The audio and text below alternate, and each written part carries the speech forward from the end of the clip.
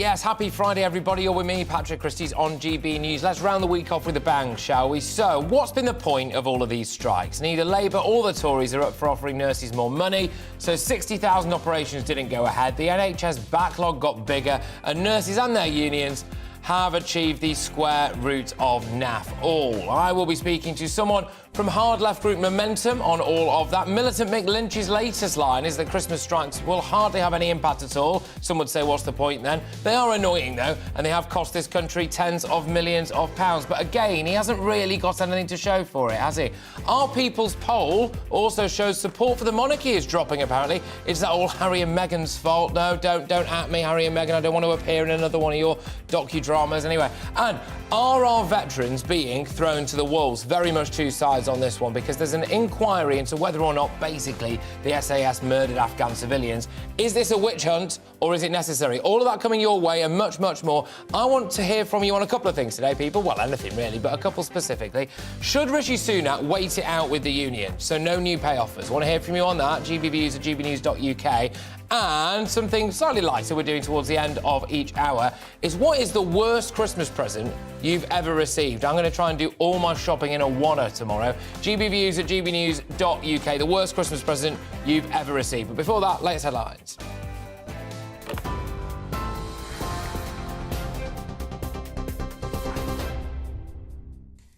Patrick, thank you. Good afternoon. It's 2 minutes past 3. I'm Rhiannon Jones in the GB newsroom.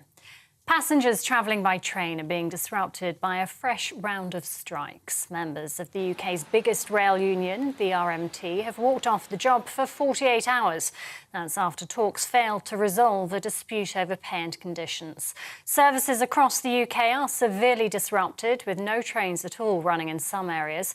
Passengers are being urged not to travel unless absolutely necessary. Union leader Mick Lynch says little progress has been made during negotiations. We exchanged some ideas and some possibilities. There was no negotiation at that, and there's nothing arising tangible out of that. But what he did, having heard that as the facilitator, as they described themselves, and the people that ultimately own the purse strings, was he invited us and requested that we get together and hold further talks going forward. And we'll do that in the next period if the companies want to get engaged on it. A man has been jailed for life with a minimum term of 23 years for murdering his work colleague. Ross McCullum killed Megan Newborough at his parents' home in Colville in Leicestershire in August last year. He'd been dating the 23-year-old for less than a month. Megan's family have said they're the ones serving the life sentence. 3 people are in a critical condition after a suspected crowd crush at a music venue in South London. Have asked us to close the show. We apologize to you. This has nothing to do with us. Police were called to the Brixton O2 Academy last night following reports a large number of people were trying to force their way into a concert. The suspected crush happened during a gig by Nigerian Afrobeat singer Asake. The Met Police has launched an investigation and is receiving social media and CCTV videos. Reviewing. In relation to some of the images that have been circulated on social media, I can confirm that an incident involving one of our officers apparently seen to push a member of the public is currently under review by our Director of Professional Standards. And another incident where a member of the public has seen to assault an officer has led to one arrest of that member of the public. The victims of a suspected triple murder in Northamptonshire have been named by police as Anju Asok and her 2 young children, Jiva and Janvi Saju. They were found with serious injuries at an address in Kettering yesterday morning. Police have confirmed the mother was an NHS nurse. A 52-year-old man is being questioned in connection with their deaths. Russia has launched one of its biggest attacks on Ukraine since the start of the war. 76 missiles were fired during rush hour this morning, with Ukraine shooting down 60 of them. An attack on the country's power grid also forced emergency blackouts nationwide, with the operator saying consumption's dropped more than 50%. Labour's Andrew Weston has become the country's newest MP, winning Stretford and Ernston by-election. The Trafford Council leader secured 69% of the votes, but with only a 25% turnout in South Manchester. Mr Weston claims the victory shows people are giving up on the Tories. British retailers recorded a drop in sales last month. That's despite online discounts and Christmas shopping. The Office for National Statistics says the volume of sales went down by 0.4%. It follows a rise of 0.9% in October. The ONS says department stores did, though, report an increase in sales, with a longer period of Black Friday offers helping. And a SpaceX rocket carrying a NASA satellite has successfully launched to study the Earth's water in depth for the very first time. 5, 4, 3, 2, 1. Engine ignition and liftoff. The Falcon 9 booster, owned by Elon Musk, is carrying a special satellite to conduct the first global survey of the Earth's surface water. It'll measure 90% of our water, from oceans to lakes and rivers, and it's hoped it'll shed new light on the long-term effects of climate change. Astrophysicist Dr. Maggie Liu told us this type of technology's never been sent to space before. The plan is that it will investigate how water changes on our planet Earth. We know that the drop in the sea levels is related to climate change.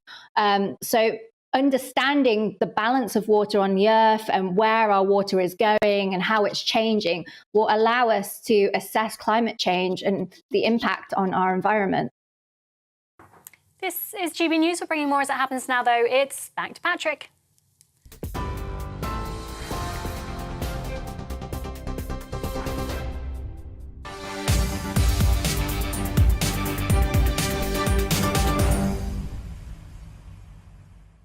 OK, ladies and gentlemen, happy Friday, everybody. This is Patrick Christys on GB News. Loads to talk about, as our TV viewers can see. On the bottom of your screens there, we're about to get stuck into the rail strikes. I want to hear from commuters who've been affected and whether or not people actually feel as though there's any point to them whatsoever. Mick Grinch Lynch has been piping up, hasn't he? He said that, actually, they're not going to have much of an impact over Christmas. Well, what's the point then, Mick? And they don't really appear to be achieving much in the way of remuneration for their staff. We've got an eclectic mix, though. We're also going to be revealing the results of our People's Poll. And we get to meet any of the people that take part in our poll because they regularly seem to have very different views from me, but maybe that says more about me than it does the nation. Talking about a dislike for the monarchy growing, apparently. Is that all Harry and Meghan's fault? We're going to be talking about that. Whether or not there's a witch hunt over the course of our veterans as well and their historic conduct in war zones.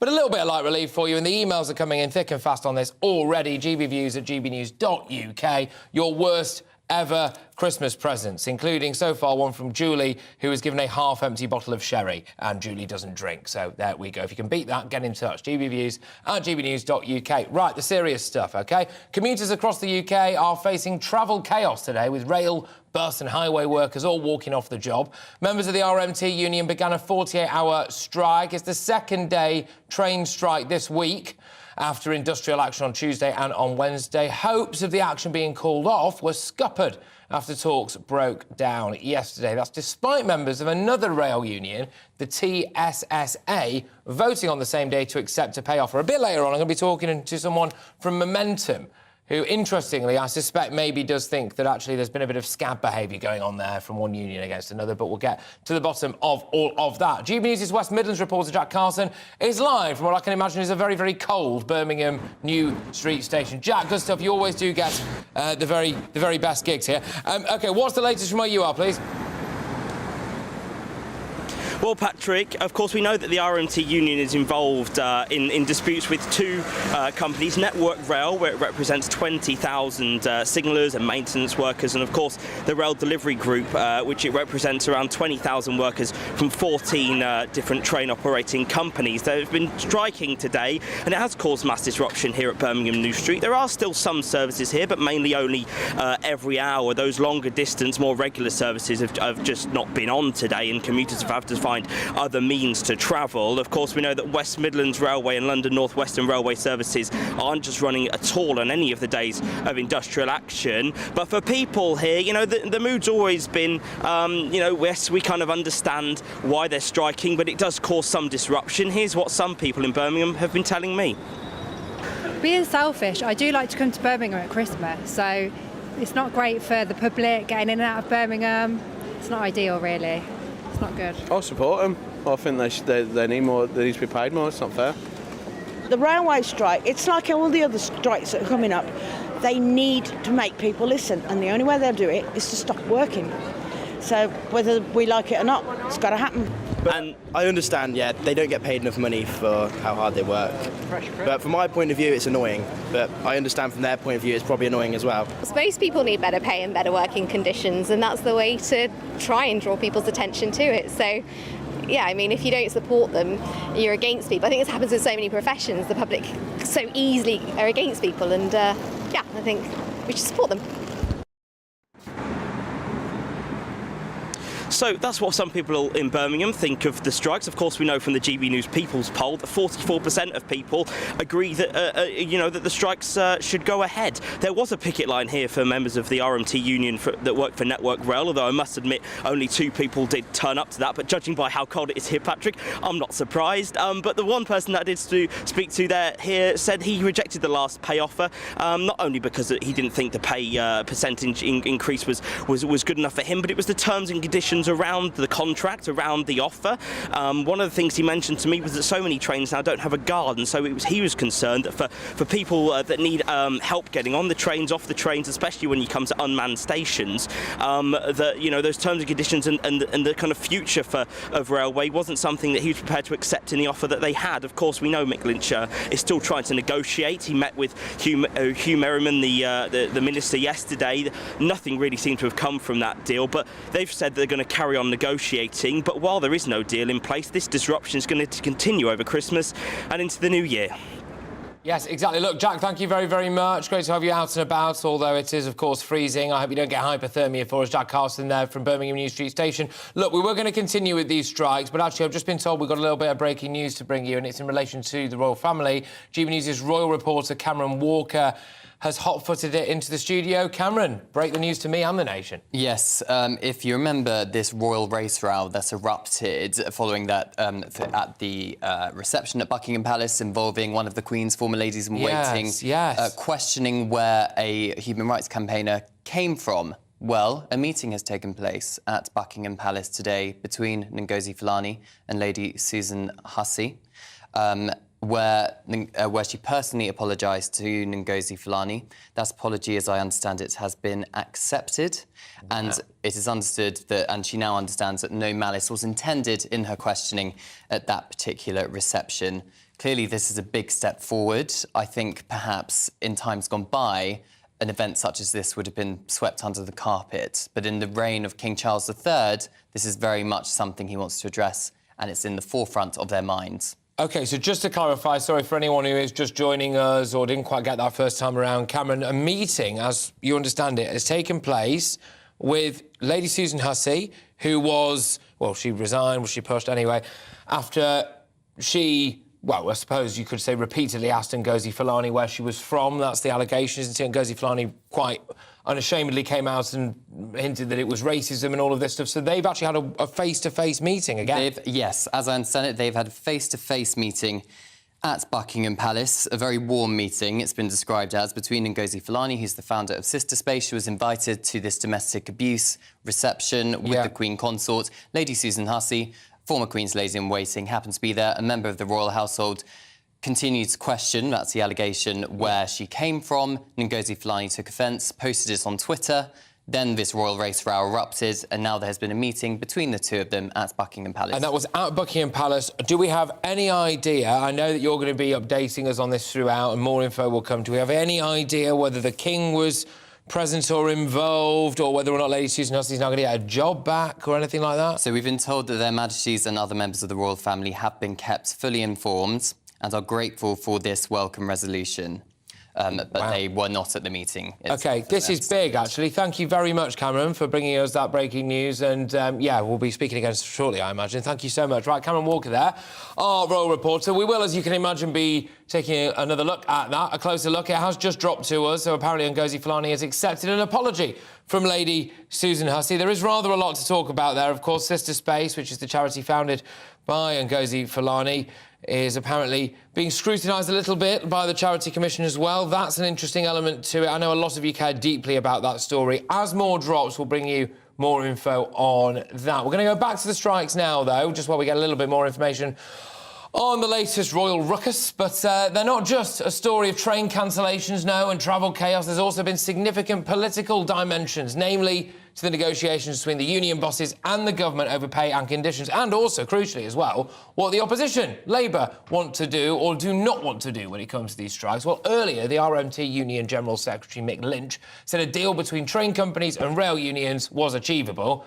Well, I mean, to be fair, it's always been achievable if everyone had just given them what they wanted, but there we go. He said an improvement in the pay offer coming from the government was the crucial bit that he wants to be achievable. Fascinating, though, of course, isn't it, that another union, the TSSA, reportedly broke ranks, well, did break ranks, I suppose you could say, and accepted a pay offer. That is despite the fact that Mick Lynch has now met with Hugh Merriman, the rail minister, and that failed to achieve anything yesterday, apparently. Joining me now to discuss this is our political reporter, Catherine Forster. Catherine, thank you very much. Right, OK, so what's the latest? No deal as it stands, talks broken down, but Mick Lynch saying that an agreement is achievable. Yes, so we're about 6 months into this dispute now, aren't we? And yet another rail strike and more scheduled for over Christmas, overtime bans, etc. So a really difficult period coming. Mick Lynch is making positive noises, despite the fact that they met Hugh Merriman, the rail minister, yesterday. Nothing happened. There wasn't a breakthrough, but he says it is achievable. Now, the government are standing very firm on strikes across the board, aren't they? Yeah. And they have always insisted that it's two issues with the rail unions. First of all, it's pay. They've made an offer of 9% across 2 years, but also it's reform. And they've been very firm on that it's critical, given that rail use is down about 20% and the government bailed out the railways to the tune of many billions during the pandemic. But things like driverless trains have always been a red line for the RMT, and they are very worried about redundancies. Now, the government has said none for 2 years. But who is going to blink? And how long is this going to go on? It's far from clear. Well, exactly. And this is one of the big questions that I'm going to be asking and have been asking our wonderful viewers and listeners. Make sure that you do get in touch, gbviews at gbnews.uk, because increasingly we're getting more and more of you actually on the airwaves. So do leave us your details in those emails as well, and we'll try and get your face on the telly and your voice on the radio if we can. But this is a massive issue, isn't it, for a variety of different people, because people are saying, well, hang on a minute, maybe we could do things like driverless trains, robot trains, whatever. Maybe people don't necessarily need in any other walk of life. They don't have their job guaranteed for the next couple of years, do they? And another union, the TSSA, accepted a pay uplift of at least £1,750 or a 5% increase, whichever is greater, backdated to Jan of this year. And that apparently is worth at least 7% to staff earning £25,000 or less. What I thought was interesting was Mick Lynch was saying that he didn't think it'd have too much of an impact over Christmas, but it is costing this country a lot of money, and I suspect, as we're going to hear from our viewers later, that maybe the public opinion is turning towards Rishi Sunak just weathering this one out. Well, the rail strikes have been going on for a long time, haven't they? And people will tolerate it for so long, and then you start to eventually, the sympathy starts to go. So it's interesting. More strikes, but also a ban on overtime. All the planned engineering works that should have taken place won't happen either, so that pushes them down the line. So it's going to inconvenience people now. OK, he's been dubbed the Grinch who stole Christmas. He's very firmly saying he's not. But you do wonder whether sympathy for the rail workers specifically is going to start to wane, whereas the nurses only went out on strike yesterday, and at the moment the public do seem to be largely supportive of them. But interestingly, Mick Lynch was on the nurses' picket line yesterday. Oh, really? Yeah. He said his wife was a nurse. He was at a hospital that he said both his parents had, very gloomy, had died at, and that, you know, he felt very strongly he wanted to be there in solidarity with the nurses. Well, there you go. We are actually, when it comes to nurses, going to be speaking a little bit later on to somebody who's rather high up in Momentum. You'll remember Momentum from the Jeremy Corbyn days. There'll be a bit of a debate on all of that. I am intrigued to get their views, though, when it comes to the nurses' strike. On the front page of the Times here, we've got ambulance strikes are set to pose the biggest threat of all. And again, I wonder whether or not people might be feeling a little bit more angry towards ambulance workers or their unions. I think we should try to frame it more as that than the actual workers themselves, because I suppose that's more of an immediate thing. If you call an ambulance and it can't come, there's kind of that's the bridge, isn't it, between you actually getting to not see a nurse, if that makes sense. So I wonder whether or not there's going to be more feeling felt there. But just sticking with you, Catherine, because I understand it, this has just come through to me as well. 2 peers have been recommended to be suspended over lobbying claims. This is a House of Lords politics story.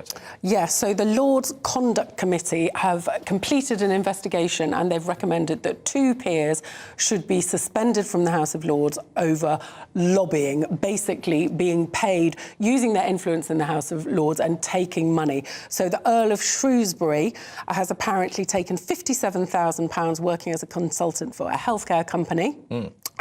He was previously a fund a couple of nurses, Conservative peer. He's not affiliated now. Then Labour's Baroness Goody has been giving parliamentary advice for money from a cremation company. So they've been recommended to be suspended for like 6 or 9 months. It won't be voted on till the new year, so more bad behaviour. Just reiterate that second one for me. Parliamentary advice? For a cremation company. Good grief. Well, that's bleak, isn't it? OK, all right, well... Yeah. But I would just say, I mean, obviously this is not good, but no, compared to Baroness Michelle Mone, who apparently appropriated £29 million, it's not quite as dramatic as that. No, it does put things into perspective somewhat. Look, thank you very much, Catherine. Catherine Forster there, our political reporter, who's bringing you the very latest on, frankly, a whole host of things. And yes, I am asking you those massive, massive questions today about strikes. Do you think they've had any impact whatsoever? Has it impacted you? But really, I think the big one that I want to know is,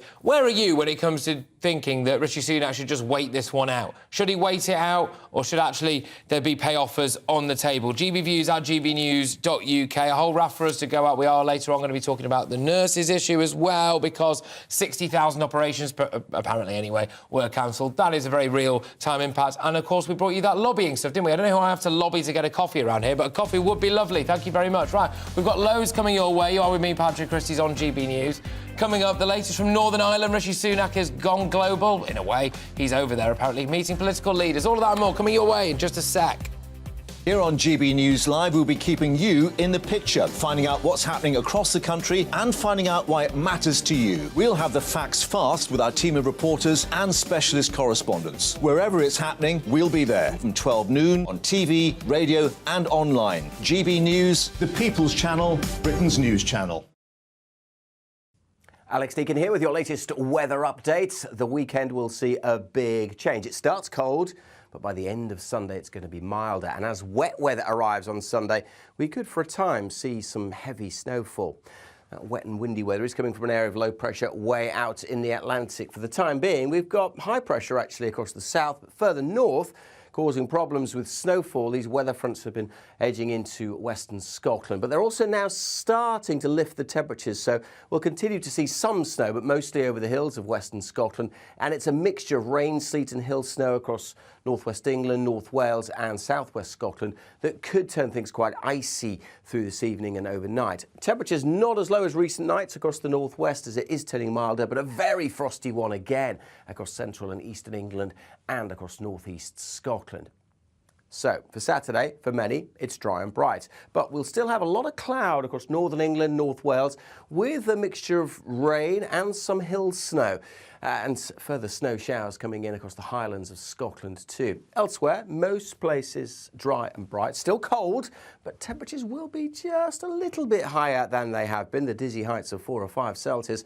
Most of us haven't seen that through the week. And 8 or maybe 9 across the far southwest. That's because the air is starting to turn a little milder. Still cold enough for a pretty hard frost across the south through Saturday evening, and still some snow showers mixed in over the hills of northern England. But here comes the big change on Sunday, wet weather sweeping in. Now, eventually it'll turn milder, but as it hits the colder air, some snow for the hills of Wales, then for parts of the Midlands, northern England, and up into Scotland. Could be a few hours of heavy snow before it all turns to rain later on, and it starts to turn windy. Now, as that wet weather arrives, it'll still be cold, but by the end of the day, milder air coming into the southwest means temperatures in double figures.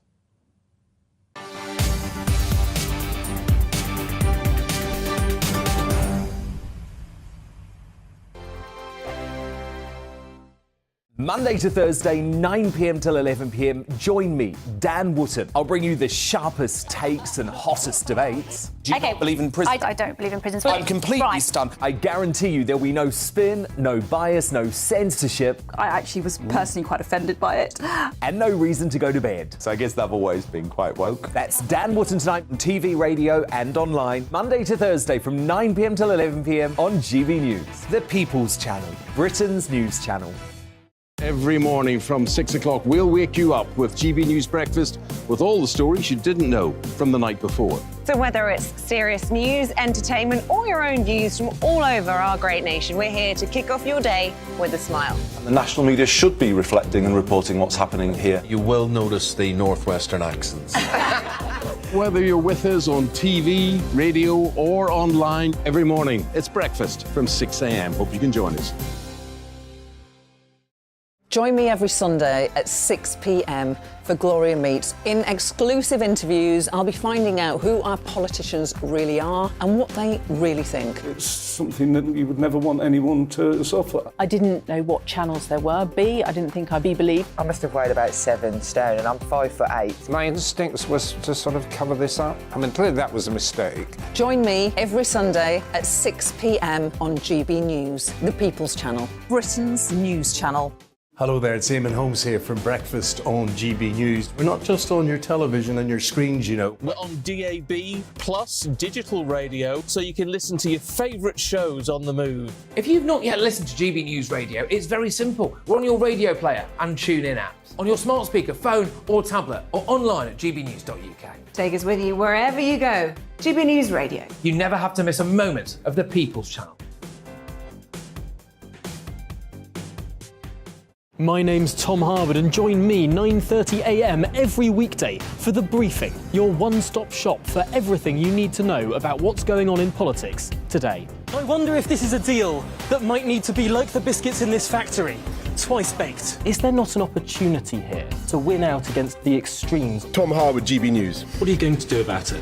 Things should have been done differently, and they certainly are being done differently. Don't miss it. The Briefing with me, Tom Harwood, 9:30 Monday to Friday on GB News. Hello, I'm Simon Evans. Join me on GB News for Headliners at 11 p.m, where I'll be joined by two of the country's top comedians as we take a look at tomorrow's newspapers tonight. If it's a big story, we'll be covering it, I guarantee, but we'll also have some fun along the way. That's GB News Headliners at 11 p.m. We won't put you to sleep, unlike some of the other paper review shows out there. So join us, 11 p.m, 7 nights a week.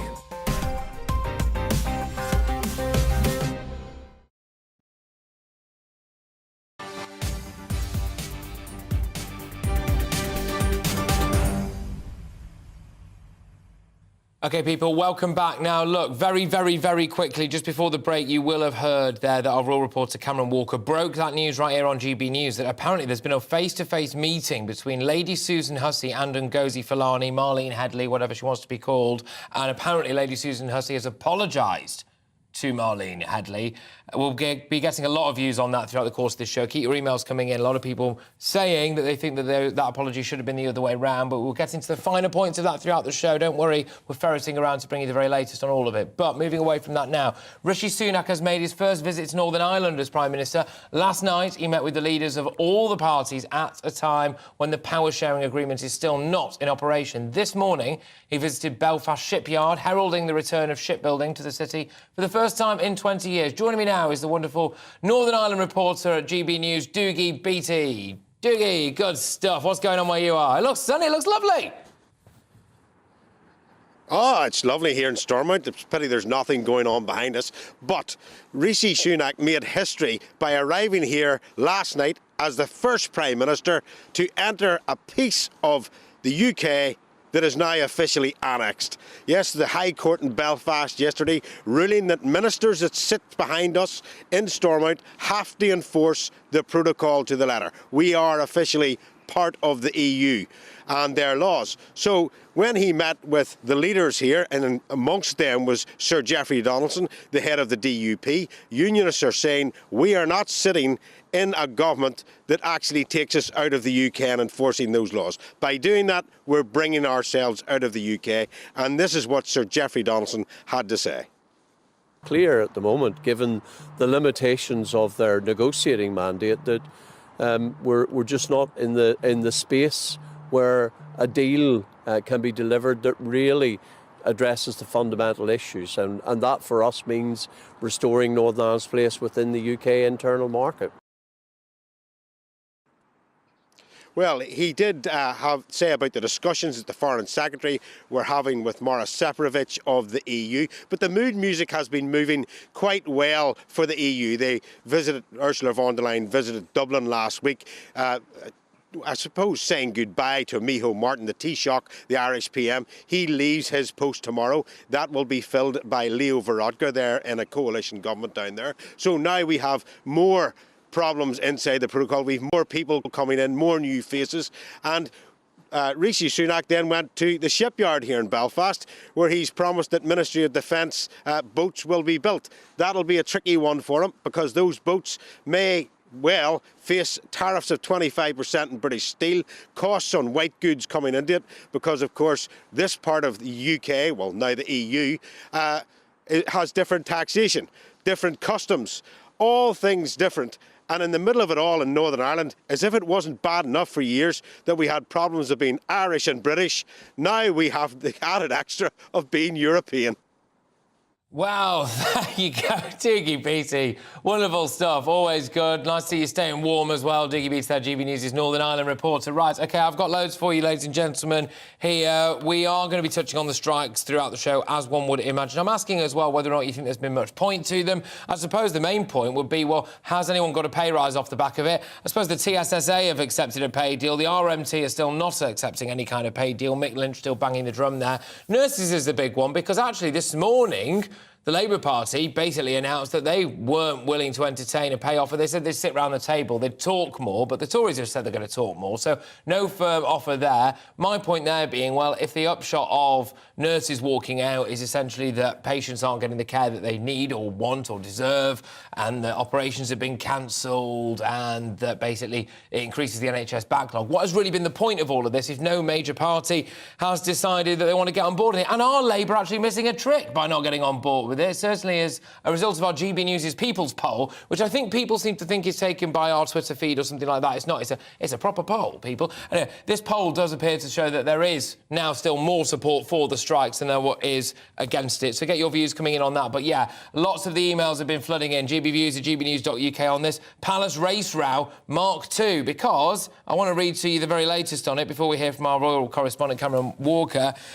A meeting, get this, filled with warmth and understanding has taken place between Prince William's godmother, Lady Susan Hussey, and Ngozi Fulani, or a.k.a. Marlene Headley, or whatever she wants to be called. This is after the old palace race row, and apparently Lady Susan Hussey offered her sincere apologies.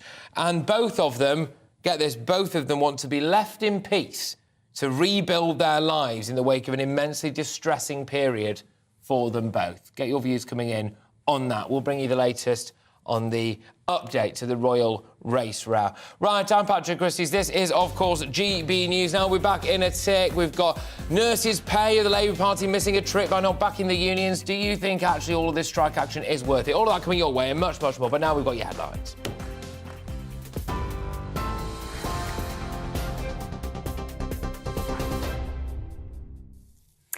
It's 3:33. I'm Rhiannon Jones in the GB newsroom.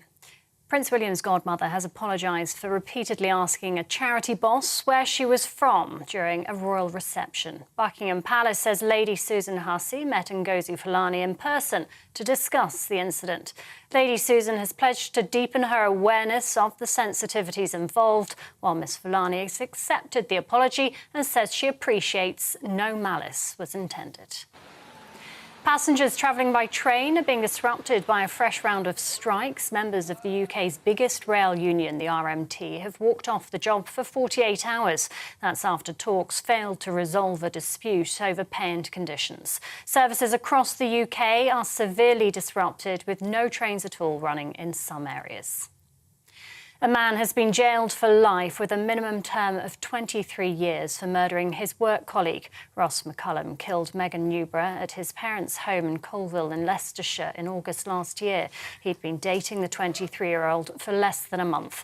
Her family says they're the ones serving the life sentence. The victims of a suspected triple murder in Northamptonshire have been named by police as Anju Asok and her two young children, Jiva and Janvi Saju. They were found with serious injuries at an address in Kettering yesterday morning. A 52-year-old man is being questioned in connection with their deaths. And 3 people are in a critical condition after a suspected crowd crush at a music venue in South London. Police were called to the Brixton O2 Academy last night following reports a large number of people were trying to force their way into a concert. The Met Police has launched an investigation and is reviewing social media and CCTV videos. TV online and DAB+ radio, this is GB News.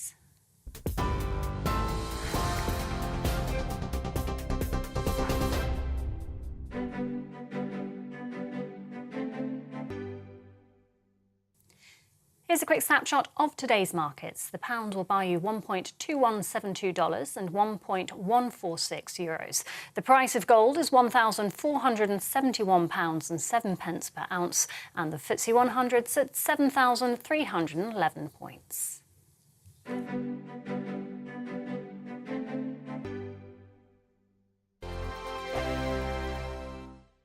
We are GB News, and we'd like to say thank you to each and every one of you for bringing us your conversations, for helping our great nation find its voice. We are here for you on radio, television, and online, across England, Scotland, Wales, and Northern Ireland. It's not the BBC, you actually get your facts right. We are proud to be GB News, the People's Channel, Britain's news channel. Hi there, it's Stephen and Anne. At breakfast from 6 a.m, you'll always be caught up with everything you need to know, the latest headlines, opinions and debates. We'll bring you the good news and the bad, but most of all, we're here for you. Remember, send in your views and let us know what you would like us to talk about. That's because we're your news channel. And every morning at 6 a.m, it's breakfast on GB News. Monday to Thursday on GB News, it's Bev Turner Today from 10 a.m. We're going to be here for you, our GB News family, to keep you up to date, but also make you smile. The guy went from puberty to adultery. And I can't wait to bring a few of my own opinions. I have no time for cultural totalitarianism. We'll engage in passionate, but always polite debate, with your thoughts and opinions at the centre of it all. Only on GB News, the People's Channel, Britain's news channel. Join me, Nana Akue, Saturday and Sunday afternoons on GB News. Expect fiery debate and passionate discussion as me and my panel tackle some of the biggest topics hitting the headlines. It's a place for everyone's opinion. No one gets cancelled, but no one gets an easy ride. Oh, she's on it today! Be ready for conversations that are fierce, frank, and of course, fun. Every Saturday and Sunday afternoon from 4 p.m. on GB News, the People's Channel. Join my show Farage, 7 p.m. till 8 p.m. Monday through Thursday. And there you will get opinion, analysis, debate, and I'll cover stories that nobody else dares to touch. You've been cancelled. Join the club. Oh, my goodness me. And then for the last 15 minutes, talking pints. We're over a drink. We have a civilised conversation with someone. We very often disagree, but we do it in a grown-up way. Come and join me on Farage. We are GB News, the People's Channel. And right across the United Kingdom. You can find us on Sky Channel 512, Virgin Media Channel 604, Freesat Channel 216, Freeview Channel 236, and YouView Channel 236. You can also take us with you on DAB Plus Radio. With the GB News app and at the website gbnews.uk. We're absolutely everywhere. Come join us on GB News, the People's Channel, Britain's news channel.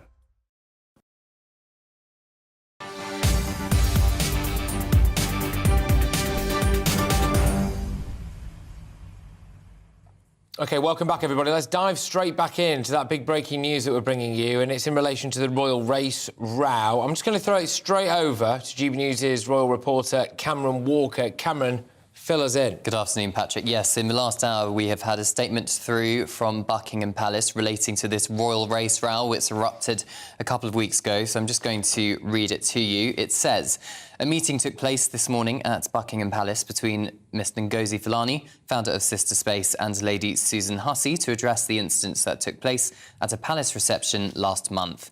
At this meeting, filled with warmth and understanding, Lady Susan Hussey offered her sincere apologies for the comments that were made and the distress they caused to Miss Fulani.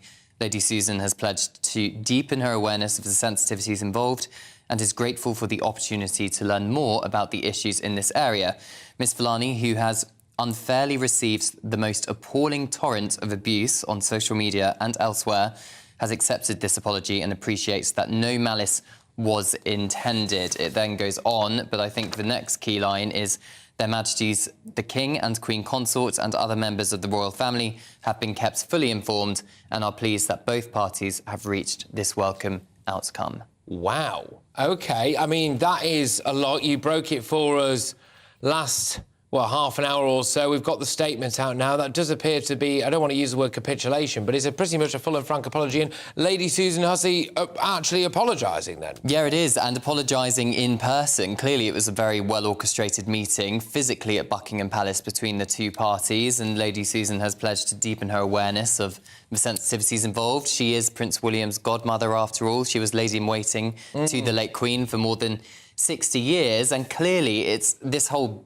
ordeal has really affected both parties here because both their lives really have been dragged through the mud, both on social media and in the press too. Yeah, it is a remarkable turn of events in more ways than one. I would imagine, I'm just being a bit glib here, but I would imagine it'd be quite difficult for Lady Susan Hussey to learn too much about Ngozi Fulani because it kind of depends exactly which area of Ngozi Fulani's life that Ngozi Fulani wants to bring to the fore at any given moment, from what I can tell. And also, as well, some interesting reports coming out. I'm just reading one from The Telegraph now. Palace race row accuser Ngozi Fulani's charity draws watchdogs' attention after allegations. All of these are allegations, but the Palace did make specific reference there, Cameron, to Ngozi Fulani receiving hate online. Yeah, a very strongly worded statement here from Buckingham Palace saying how Miss Fulani has unfairly received the most appalling torrent of abuse on social media.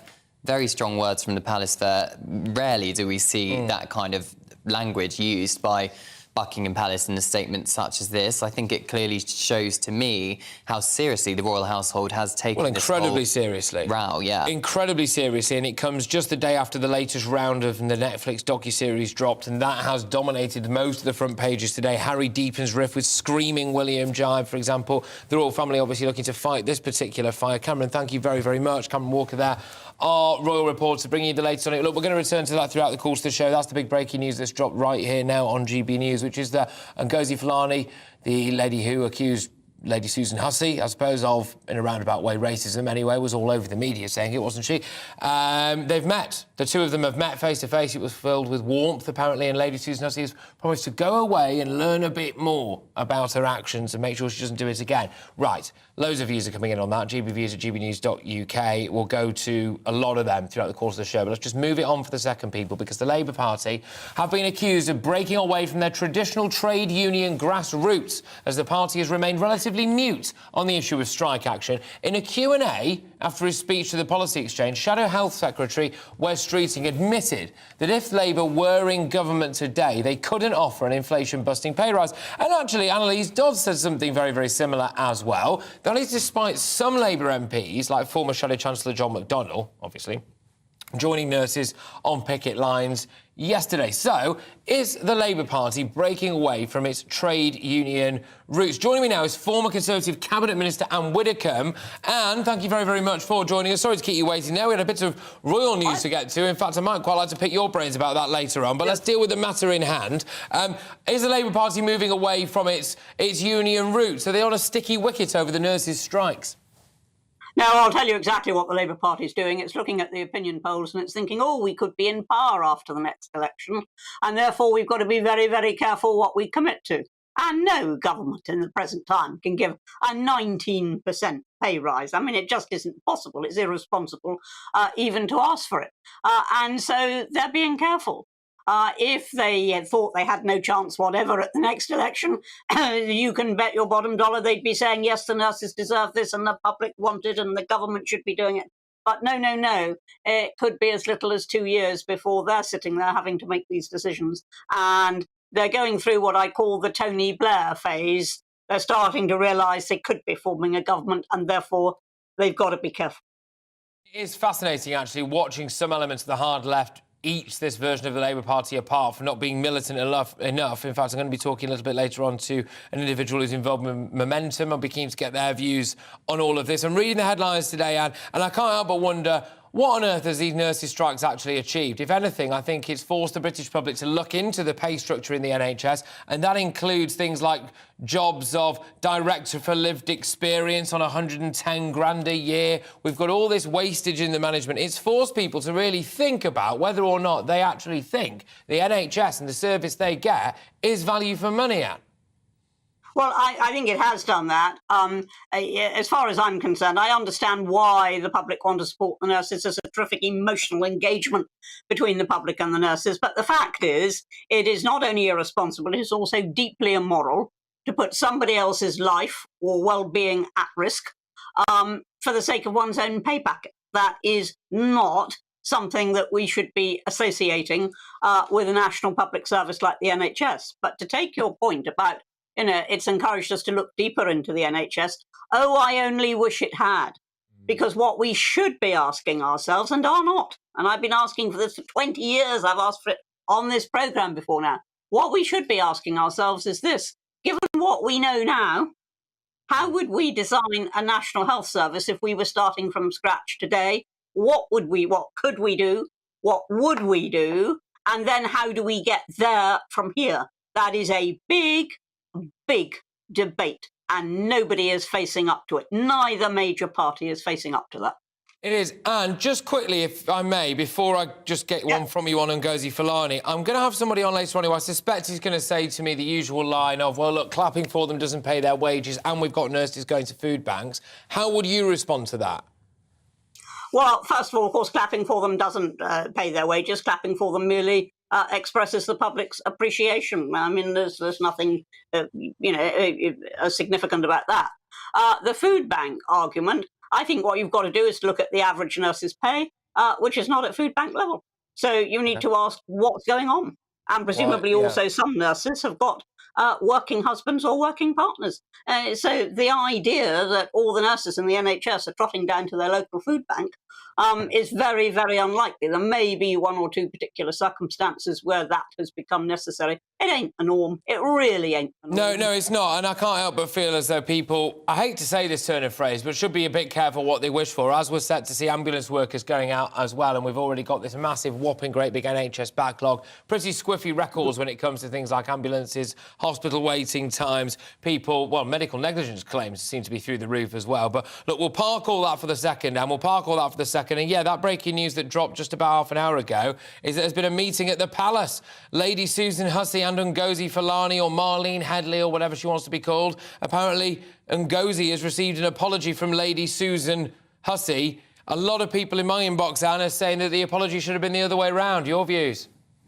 I quite agree. The apology should have been the other way round. I mean, she accepted an invitation to a social event. She then embarrassed her host and hostess. She caused a very long-serving member of the royal staff to retire. And I think she should have apologised, or at the very least, there should have been an exchange of apologies. I also think the royal household have been a bit wimpish about this, and they may live to regret that, because Harry and Meghan will make hay with this. Yeah, and just lastly, Anne, exactly on that, that was precisely my initial thought when our royal reporter came in and read out this quite gushing statement from the royal family, uncharacteristic, actually, saying that, you know, we understand she's received all of this hatred. It was, you know, unacceptable for her to receive all of this. An apology has been issued. We've met her. The King and Queen are up to date with the situation. And I just remember thinking, well, hang on a minute, this lady Ngozi Fulani in that charity sister space, I mean, the Charity Commission's interest has been piqued by that. There are several things about Ngozi Fulani that don't necessarily add up, in my opinion. I think this is quite an astonishing kind of rolling over by the royal family, is it not? Yeah, you've described it as a gush. Actually, it's a grovel. That's what it is.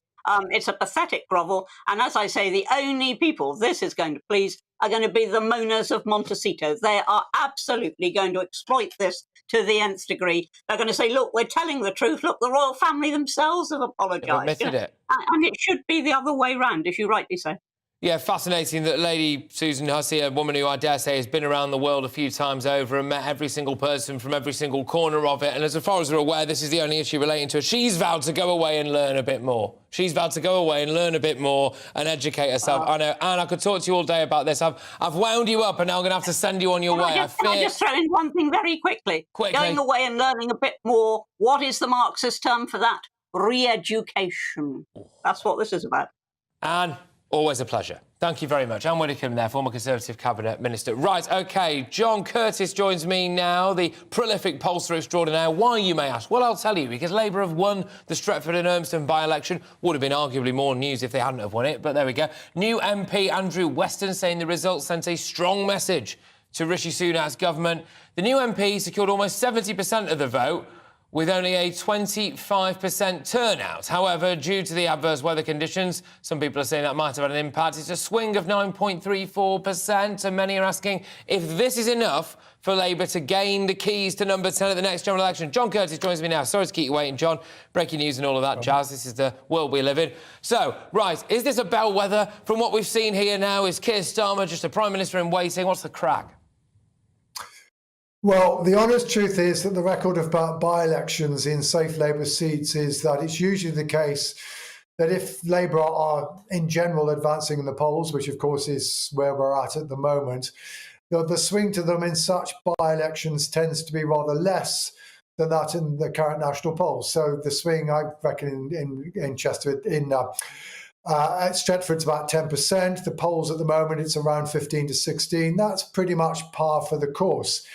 I think all that we can say, both about this by-election and also the one in Chester a fortnight ago, is that in both cases, the increase in the Labour vote is better than anything else, not only in this Parliament, but in the last Parliament and the one before that, so far as Labour is concerned, and that they are therefore consistent with, but do not necessarily prove, that the Labour Party is probably at the moment in a stronger electoral position than it has been at any point since 2010. I think beyond that, we can't say a great deal, but that, you know, Labour increasing its vote, not inconsiderably, in two safe Labour seats, given the record of previous by-elections, is certainly not an achievement simply to be ignored. I'm fascinated by this turnout, John. Yeah, the weather's a bit chilly outside, but it's not that bad, realistically. I mean, we're not living in downtown Moscow, are we? 25% turnout. Yeah, well, the truth is that the turnout in by-elections in December is always low. If you take all the by-elections in December in the last 20 years or so, on average, turnout down by 30 points as compared with the previous general election. Now, what is true of this one, the drop in turnout is particularly sharp indeed. I think it's a record in a post-war by-election. It's just over 44%. But it's not, apart from being December, when most people are rather more concerned about Christmas than about politics and the weather. Of course, there was also the small matter of the fact the by-election was taking place in the middle of a postal strike. And it may well be that some of the ballot papers that people had posted in good faith, maybe quite a few days ago, didn't necessarily make it because, of course, the postal strike was actually going on polling day. So all sorts of circumstances here, as well as the fact it's a safe Labour seat, everybody knew who was going to win. Put all that together, and it is a recipe for low turnout. But there's nothing new about that. I mean, the truth is, in the end of the day, by-elections like this, in just before Christmas, do tend to be something that the voters don't get that excited about. Good stuff. Well, I certainly get excited about your analysis, Sir John. Thank you very much. Sir John Curtis, our Professor of Politics at the University of Strathclyde, prolific pollster. Right, time now to delve into the terrifying world of my inbox. We've had a lot for you this hour. We've had strikes, we've had by-elections, we've had a royal race row in the palace and a gushing apology, it would seem, from Lady Susan Hussey towards Ngozi Fulani, which I know has got a lot of you very angry. But I did tease earlier on that I wanted to hear from you on your worst ever Christmas present ideas. And you, the great British public, have not disappointed. I am looking through my inbox now. There's a few that really take the biscuit. Mary, I once was given a present of really dreadful perfume and a soap set. The following year, I gave it to a distant family member. The year after, she gave it me back, but she'd used the soap and she just stuffed the gap with tissue paper. Fantastic stuff, Mary. Fantastic. Someone has said that if they were given a lunch with Mick Lynch, that would be their worst ever Christmas present. Yes, OK, but let's just remain in the real world. Caroline didn't like her tea towel, so if Caroline husband's watching, you've got to up your game, mate. You've got to up your game. And the worst Christmas present I received was a concrete squirrel. This is from Cynthia. But a friend says that she can beat that because her husband asked her what she'd like. She said something useful and he bought her a box of cleaning stuff. Good grief. Come on, chaps. Up your game. Up your game. Right, ladies and gents, I'll be back very, very shortly. Thank you, everyone who's stuck with me throughout the course of this hour. I have loads more big news for you in the coming hour. Huge amounts of the strike action and the reaction there. Yeah, OK, fine. But also that breaking news on the big royal apology to Ngozi Fulani. We've got your weather first, though. Alex Deakin here with your latest weather update. The weekend will see a big change. It starts cold, but by the end of Sunday, it's going to be milder. And as wet weather arrives on Sunday, we could, for a time, see some heavy snowfall. That wet and windy weather is coming from an area of low pressure way out in the Atlantic. For the time being, we've got high pressure actually across the south, but further north, causing problems with snowfall. These weather fronts have been edging into western Scotland, but they're also now starting to lift the temperatures. So we'll continue to see some snow, but mostly over the hills of western Scotland. And it's a mixture of rain, sleet and hill snow across northwest England, North Wales and southwest Scotland that could turn things quite icy through this evening and overnight. Temperatures not as low as recent nights across the northwest as it is turning milder, but a very frosty one again across central and eastern England and across northeast Scotland. So, for Saturday, for many, it's dry and bright, but we'll still have a lot of cloud across northern England, North Wales, with a mixture of rain and some hill snow, and further snow showers coming in across the highlands of Scotland too. Elsewhere, most places dry and bright, still cold, but temperatures will be just a little bit higher than they have been, the dizzy heights of 4 or 5 Celsius. Most of us haven't seen that through the week, and 8 or maybe 9 across the far southwest. That's because the air is starting to turn a little milder. Still cold enough for a pretty hard frost across the south through Saturday evening, and still some snow showers mixed in over the hills of northern England. But here comes the big change on Sunday, wet weather sweeping in. Now eventually it'll turn milder, but as it hits the colder air, some snow for the hills of Wales, then for parts of the Midlands, northern England and up into Scotland. Could be a few hours of heavy snow before it all turns to rain later on, and it starts to turn windy. Now, as that wet weather arrives, it'll still be cold, but by the end of the day, milder air coming into the southwest means temperatures in double figures.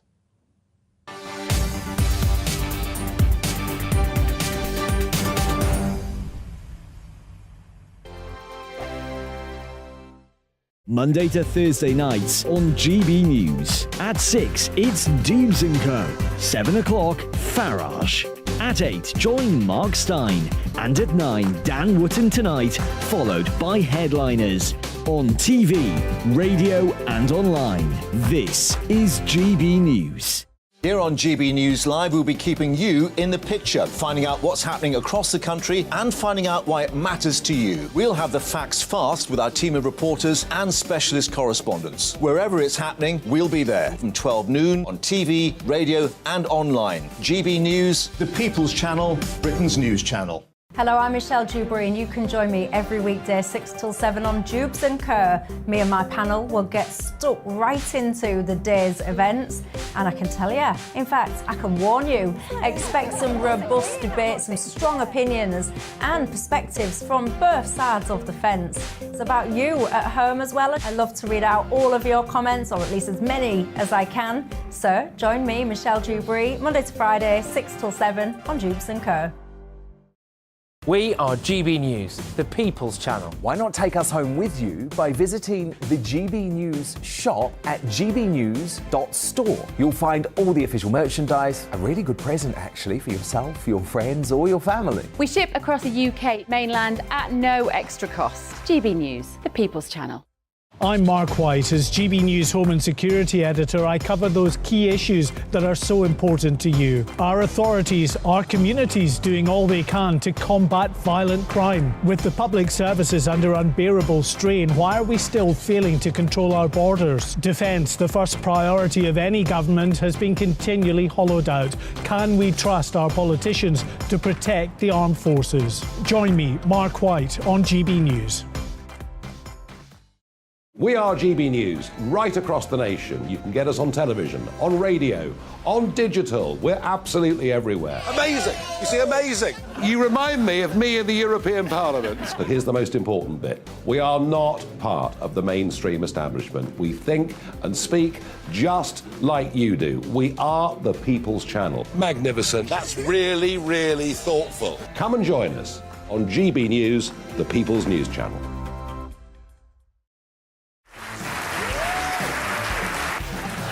My name is Andrew Doyle. Join me every Sunday evening at 7 p.m. for Free Speech Nation.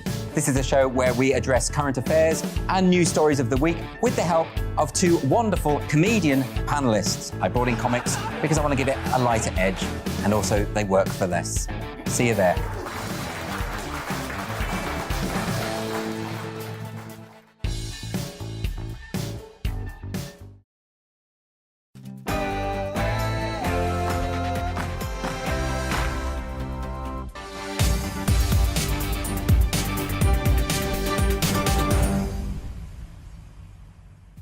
Welcome back, everybody. It's 4 o'clock. It's Patrick Christys on GB News, and we're on fire today, ladies and gentlemen, because Ngozi Fulani, the charity founder who's been at the centre of a royal race row, met with Lady Susan Hussey at Buckingham Palace today so that Lady Susan Hussey could apologise to her. That's after she asked where she was really from, allegedly, at an event last month. We'll be bringing you the latest on that, and yes, indeed, I certainly will be doing rather a lot on old Marlene. Anyway, the Labour chairwoman, Annalise Dodds, has refused to confirm a Labour government would give nurses a more generous pay deal, which basically says that they won't. So if neither the Labour Party or the Tories are up for offering them more money, I want to ask, what on earth has been the point of these strikes, apart from that 60,000 routine operations have been cancelled, the NHS backlog has increased? Anyway, I'll be speaking to someone from the hard left group Momentum on all of that. We'll have a bit of a debate there. I'm looking forward to it. And are our veterans being thrown to the wolves? There's going to be an inquiry into whether or not our SAS, look, essentially murdered Afghan civilians. Very much two sides to this. It's not a simple, straightforward issue. I'm asking whether or not you think it's a witch hunt. All of that is coming your way and much more. I want your views on a couple of things, OK? Should Lady Hussey have apologised to Ngozi Fulani? That's really the big one. And, yes, very much a shift in tone. What's your worst ever Christmas present? Because I'm going to be talking about that as the list of worst Christmas ideas has been revealed. The worst ever Christmas present you've received. GB Views at gbnews.uk. Before that, it's your latest headlines.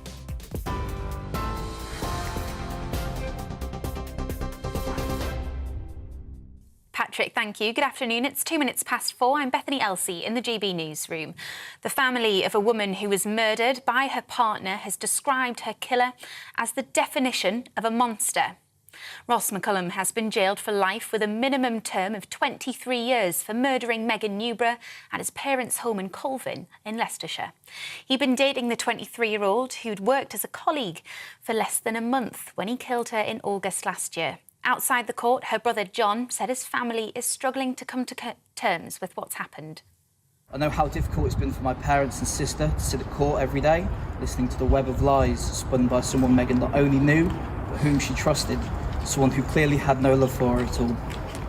We're the ones now serving the life sentence. No amount of time in prison can bring Megan back. We have to carry on with our lives as best as we can, but Megan will never leave our thoughts.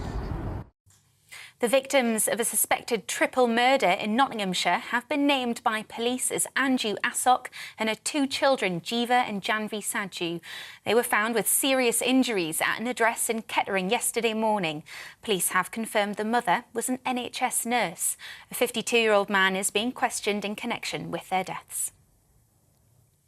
Prince William's grandmother has apologised for repeatedly asking a charity boss where she was from during a royal reception. Buckingham Palace says Lady Susan Hussey met Ngozi Fulani in person to discuss the incident. Lady Susan has pledged to deepen her awareness of the sensitivities involved. Miss Fulani accepted the apology and says she appreciates no malice was intended. 3 people are in a critical condition after a suspected crowd crush at a music venue in South London. Have asked us to close the show. We apologize to you. This has nothing to do with us. Police were called to the Brixton O2 Academy last night following reports a large number of people were trying to force their way into a concert. The Met Police has launched an investigation and is reviewing social media and CCTV videos. Commander Colin Wingrove from Lambeth Police spoke at the scene. In relation to some of the images that have been circulated on social media, I can confirm that an incident involving one of our officers apparently seen to push a member of the public is currently under review by our Director of Professional Standards. And another incident where a member of the public has seen to assault an officer has led to one arrest of that member of the public. The 48-hour train strike will continue tomorrow after talks between the rail union and the government today failed to resolve a dispute over pay and conditions. RMT leader Mick Lynch says little progress has been made during negotiations, but that he believes a compromise is achievable. His members walked out again today, crippling services across the country amid more weather warnings issued by the Met Office for this weekend.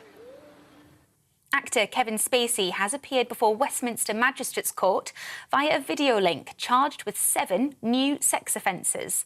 Prosecutors say they all relate to the same alleged victim, taking the total number of charges against him to 12. The new charges include 3 counts of indecent assault, 3 of sexual assault, and 1 of causing a person to engage in sexual activity without consent. They allegedly happened between 2001 and 2004. His trial is expected to start in June at the Old Bailey. Russia has launched one of its biggest attacks on Ukraine since the start of the war.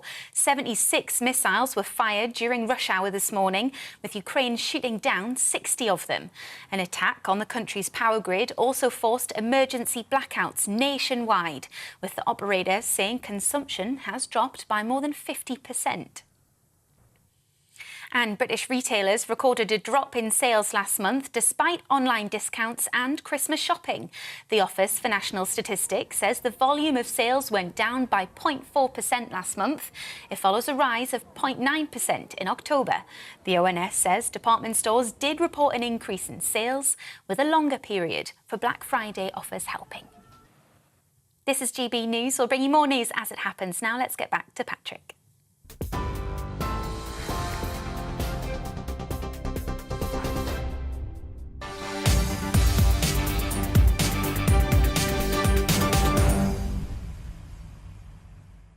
Well, welcome back, everybody. Just when you think it might be a slow news day, it isn't, because in the last hour, Buckingham Palace released a statement explaining that a meeting filled with warmth and understanding, well, took place between William's godmother, Lady Susan Hussey, and Ngozi Fulani, the CEO of Sister Space. That's the charity, of course. We all remember Sister Space. We all remember Marlene Headley. In this meeting, Lady Susan Hussey offered her sincere apologies to Ngozi Fulani for her comments and the distress that they've caused her.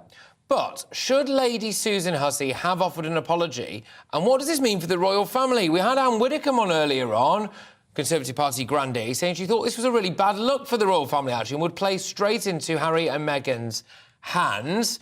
Well, with me is former royal correspondent for The Sun, Charles Ray. Charles, great to have you on the show, my good man. Good to see you. Right, so, do you think this is a bad look for the royal family? It's quite a gushing, full-frontal statement, if you read it. It's basically saying, look, we are very, very sorry. The King and Queen will be kept informed, etc. Bit weak, some people are saying. I agree totally with what Anne Widdecombe had said a few moments ago. I find this amazing apology. There wasn't much warmth and understanding when they sacked her with speed, or told her to resign with speed when this erupted. To me, this smacks of being some sort of firefighting exercise to try and dampen the flames of this particular aspect of the race row that's engulfing the royal family. And do I think that Lady Hussey should have apologised? The only thing I think she should have apologised for is for moving the lady's hair to read her name badge. That was a mistake that she made. But to turn around and sort of say that, she's now going to go away and, pledged to deepen her awareness and sensitivities involved. This is an 83-year-old woman who served the royal family for the best part of 60 years, has travelled the world with them, has met people from all sorts of ethnic backgrounds, and you want to try and re-educate her. I'm using Anne Widdecombe's phrase. You want to try and re-educate her. That's absolutely appalling thing for them to say and do. And she's absolutely right about Meghan and Harry. They'll be sitting dancing around the rooms in Montecito because this will give them their ammunition to show that there is a race problem in the palace. Well, one of the things that I find absolutely sensational about the idea that they've invited Ngozi Fulani in and that they've given her the full frontal apology is actually when you do a little bit of looking into Sister Space and indeed Marlene Headley or whatever Ngozi Fulani would like to be called, because the Charity Commission certainly are interested in certain aspects of Ngozi Fulani and in certain aspects of Sister Space. Nothing has been confirmed in terms of a report. Nothing has been confirmed in terms of an investigation. All of the things, and it is very important to stress, all of the things are just allegations, but serious question marks over some of the funding at Sister Space. Grants received. It received £357,100,000 in grants and donations. That's according to the accounts for the year from March 2021, including from the London Assembly, the Culture Department and Comic Relief. Whether or not some of these grants were based on what they said was a massive increase in their client base, 300% they claim their client base had increased by. Very dubious as to how they came to that figure when it came to demand. Even some issues, Charlie, as you will be aware as well, over whether or not they received some money for things like sewing machines to run a sewing course essentially for vulnerable women who are victims of domestic violence. Allegations they then charge those women for the sewing course and indeed to bring their own textiles. Of course, people have reached out to Sister Space for comment. We are awaiting reply on all of that. But, Charlie, in light of all of this stuff, is it not even more remarkable that they've decided that they owe Ngozi Fulani a big apology, given what may or may not be about to come out in the press about her? Well, I actually thought there had been an apology already from Lady Susan Hussey. Now, this seems to be a meeting that has been arranged. Now, isn't it remarkable that this meeting has been arranged for less than 24 hours after the Harry and Meghan documentary, the second part of the documentary series has been aired? It just looks like they're trying to take the sting out of one part of this race row that seems to be going on or has engulfed the palace. And I'm quite suspicious of Sister Space in any case, given what I've read and heard that there is possibly an investigation going on, and the fact that this Ngozi Fulani has, they decide what type of women that should get the help and not get the help. And as I have to say as well, if you were to set up a charity which was just based for white women, and that's it, I think we would be writing stories. Well, about 100%. that as No, well, because that's not right. Exactly. I'm just concerned whether or not there is actually a much, much deeper issue here, which is that the palace, let's be honest, OK, all right, they represent a certain type of Britain, don't they? White, for the most part, in terms of the royal family themselves, of course, and, wealthy, yeah, fine. It's the monarchy, right? It's the monarchy. It's kind of just the way that it is, right? But they represent a certain demographic, and I understand that. And then you've got some of the race allegations coming out by Meghan and Harry, which, as far as I can tell, are baseless. I sat through various different hours of them on Netflix, waiting for the substance, and I couldn't find any. We've got Ngozi Fulani here, who appears to be saying a variety of different things about an elderly lady who appears to have not really caused anyone any offence at any other point in her life. That was enough. The response there was to sack her or make a step down, and then this full front apology. Does this just show how easy it is, maybe, to get an apology out of people, how scared the royal family are by the kind of race lobby? I think you've hit the nail right on the head. I think that the palace are starting to get very worried about these allegations, because you can make all these allegations and say things are racial and everything else with very, very little evidence, if any. And I do not, as I said to you, this lady Susan Hussey, who I've met in the past, and I can assure you is not a racist in any shape or form. But all this lady did wrong, in my view, is that she put her hand on this woman's hair to move so she could read the badge. Yes, she asked the woman where they're from, where she was from. Maybe she asked 2 or 3 times. Maybe she didn't twig with her that what she was trying to say. I don't know, but it's one of the questions that when you meet members of the royal family, particularly members of the royal family, it's one of the questions they ask you, where are you from? You know, it's just a standard question. I get that. Well, we'll all be pleased to know, Charles, we'll all be pleased to know that Lady Susan Hussey, 80-odd years old, who's been around the world more times than I've had hot dinners and met more people from every different walk of life and corner of this globe, she will now be going away to re-educate herself and become more culturally aware. Good grief. Charles, thank you very much. Charlie Ray there, fantastic stuff, former royal correspondent at The Sun. We'll be sticking with this, and we're going to go right now to some of our very own GB News viewers. Yes, we've got Julie Shaw, and we've got Brian Dugan as well. On the line, I believe, are they? Yes, hopefully, fingers crossed. Julie, I'll start with you. Yes, good stuff. OK, all right, Julie, great. Fantastic outfit, by the way, can I say? Although, actually, hang on a second. Sorry, I didn't even mean that. But actually, in relation to what we're going to talk about now, sorry for pointing out that you're wearing a fantastic outfit. I won't ask where you're from, Julie, because it says here that you're in Bridlington. But your views on the Lady Susan Hussey apology? Well, you know, my dad's the same age as Lady Susan. And there's been many times he's come out with similar things, and we've had to say to him, "Oh, you're not really allowed to say that." I mean, we let him loose on Facebook, for God's sake. But it doesn't mean any offence, and neither did Lady Susan. She thought she was starting a conversation, an interesting conversation, no doubt, trying to find out a little bit more background, and it all got spewed out totally the wrong way, absolutely.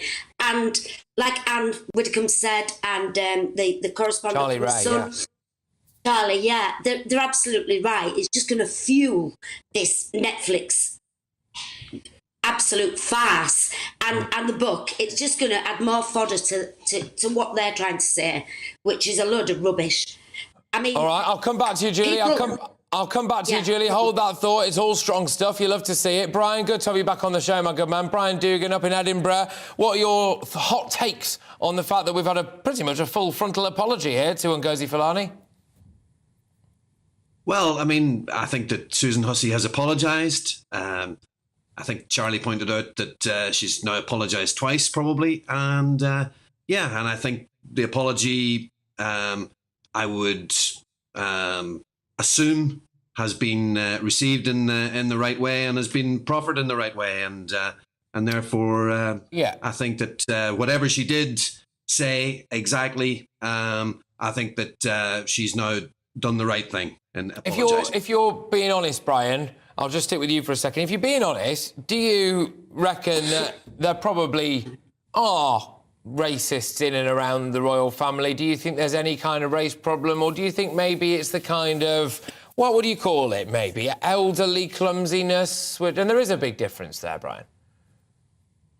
There is a difference, Patrick, absolutely. There's a difference in terms of if the elderly clumsiness comes across in the wrong way. But look, in terms of racism, it's how it's received as well, and so the sympathy has to be with the person who receives, I think, and that's where our empathy needs to lie, and that's why people are re-educating themselves and correcting themselves. And but look, I don't know whether the intention was or whether she is intrinsically racist. I don't know that. Only Susan Hussey will know that herself. But she has apologised for what happened, and I think that's the right thing to do.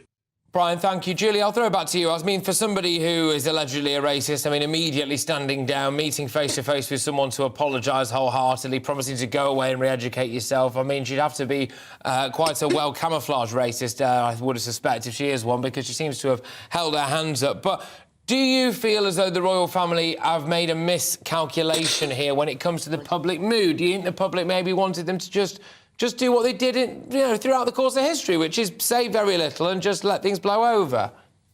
That's exactly what they should have done. They're just fueling it even more by doing this. And I have no doubt that lady meant no harm whatsoever. And it's just ridiculous. It's just going to go on and fuel this thing that Harry and Meghan are trying to do now. I think it's a cover-up. I think paternity is going to come out shortly, and I think all this is a lead up to that. You say that again. Say that again, Julie. Sorry, you broke up. You think something's going to come out, did you say? I do, yeah. I think paternity is going to come out, and that's going to be an issue. And there's thousands of people who think the same as me. I think if Diana was still alive, she'd have no problem in telling the truth, and I think it's about time it got told.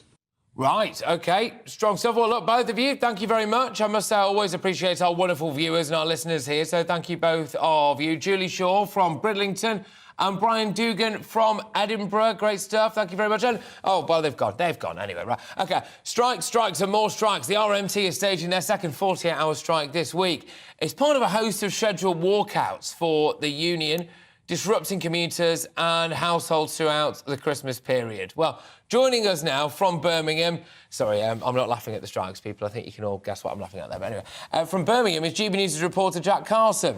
Jack, what's the latest, please? Well, Patrick, of course we know that the RMT are involved in two disputes, one with Network Rail, where they represent 20,000 employees, and one, of course, with the Rail Delivery Group, that's 20,000 people across 14 different train companies. So we know that's who they're in dispute with. They tried a meeting, Mick Lynch, with the Rail Minister, Hugh Merriman, yesterday, but nothing seemed to have come from that, and so it's going to have to be going back to the negotiating table to try and sort out some kind of deal to stop this disruption and stop this strike. But Mick Lynch seemed kind of positive around it. He said that resolutions to disputes are about compromises, and we understand what the companies want and they understand what we need. So we need some compromise on the conditions they're putting on the offer, and we'll need some improvement on the pay offer as well. There was an offer gone to members, 5% this year and 4% next year, but that was rejected, and so people here are left with disruption. But in terms of what the people of Birmingham think, here's what a few had to say when I caught up with them. Being selfish, I do like to come to Birmingham at Christmas, so it's not great for the public getting in and out of Birmingham. It's not ideal, really. It's not good. I'll support them. I think they need more. They need to be paid more. It's not fair. The railway strike, it's like all the other strikes that are coming up. They need to make people listen, and the only way they'll do it is to stop working. So whether we like it or not, it's got to happen. And I understand, yeah, they don't get paid enough money for how hard they work. But from my point of view, it's annoying. But I understand from their point of view, it's probably annoying as well. I suppose people need better pay and better working conditions, and that's the way to try and draw people's attention to it. So, yeah, I mean, if you don't support them, you're against people. I think this happens in so many professions. The public so easily are against people, and, yeah, I think we should support them. So that's what people here in Birmingham have been telling me. In terms of the actual negotiations and going forwards, we know the TSSA actually accepted their offer put forward by Network Rail, which was a 9% increase for this year and 11% for the next year, and for people on lower incomes, more job security as well. So there are deals starting to be done here, but there still seems to be no movement really between the RMT and Network Rail. Government ministers trying to push for this negotiations, but they're going to continue. But for people here, this disruption will continue. Today there's been no London North Western railway services, there's been no West Midlands railway services at all, and they're going to be no for the next week while strike action continues. So for the next week, for the new year, if no deal is made, there's going to be strikes.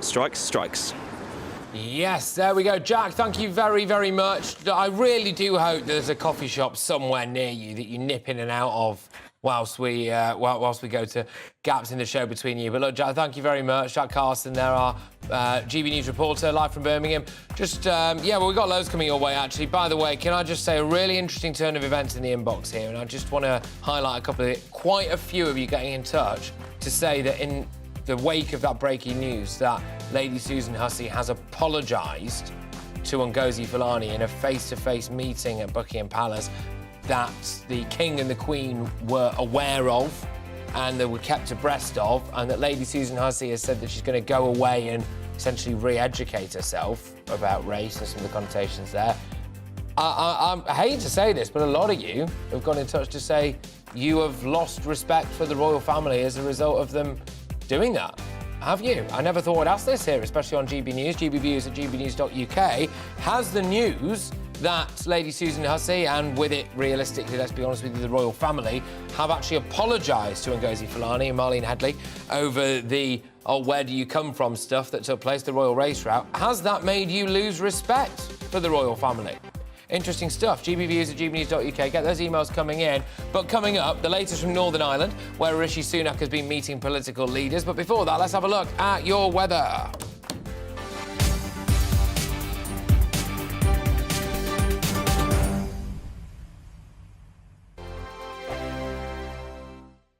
I'm Mark Dolan. Join me at 11 on GB News for Headliners, in which I'll be joined by two of the UK's top comedians discussing tomorrow's papers. If it's an important story, we'll cover it, but we'll have some fun along the way. Headliners, the late-night paper review that won't send you to sleep like the others will. 7 nights a week at 11 p.m. on GB News.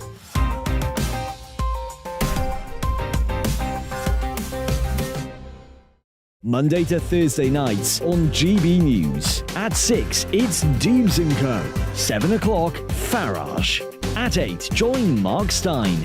And at 9, Dan Wootton Tonight, followed by Headliners. On TV, radio and online. This is GB News. Monday to Thursday, 9 p.m. till 11 p.m. Join me, Dan Wootton. I'll bring you the sharpest takes and hottest debates. Do you not believe in prison? I don't believe in prison. I'm completely stunned. I guarantee you there'll be no spin, no bias, no censorship. I actually was personally quite offended by it.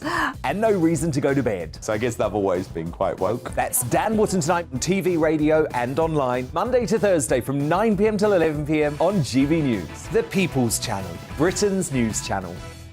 Join me, Lawrence Fox, on GB News. Frank, fun, fearless, and sometimes serious. Much as I love a Friday night punch-up, what I really want is a battle of ideas. I want to look at things differently. I want to hear different voices and engage with your unique experiences. Every Friday at 7 p.m. on GB News. Hello, I'm Esther McVeigh. And I'm Philip Davis. Whether you're watching or listening on TV, online or on radio, we handpick the latest stories, debates and expert opinions for your weekend. So whether that's politics, news or showbiz, we've got it covered. Join us every Saturday morning at 10 o'clock on GB News. Join me every Sunday at 6 p.m. for Gloria Meets. In exclusive interviews, I'll be finding out who our politicians really are and what they really think. It's something that you would never want anyone to suffer. I didn't know what channels there were. I didn't think I'd be believed. I must have weighed about 7 stone and I'm 5'8". My instincts was to sort of cover this up. I mean, clearly that was a mistake. Join me every Sunday at 6 p.m. on GB News, the People's Channel, Britain's news channel. Hello there, it's Eamon Holmes here from Breakfast on GB News. We're not just on your television and your screens, you know. We're on DAB plus digital radio, so you can listen to your favourite shows on the move. If you've not yet listened to GB News Radio, it's very simple. We're on your radio player and tune-in apps, on your smart speaker, phone or tablet, or online at gbnews.uk. Take us with you wherever you go. GB News Radio. You never have to miss a moment of the People's Channel.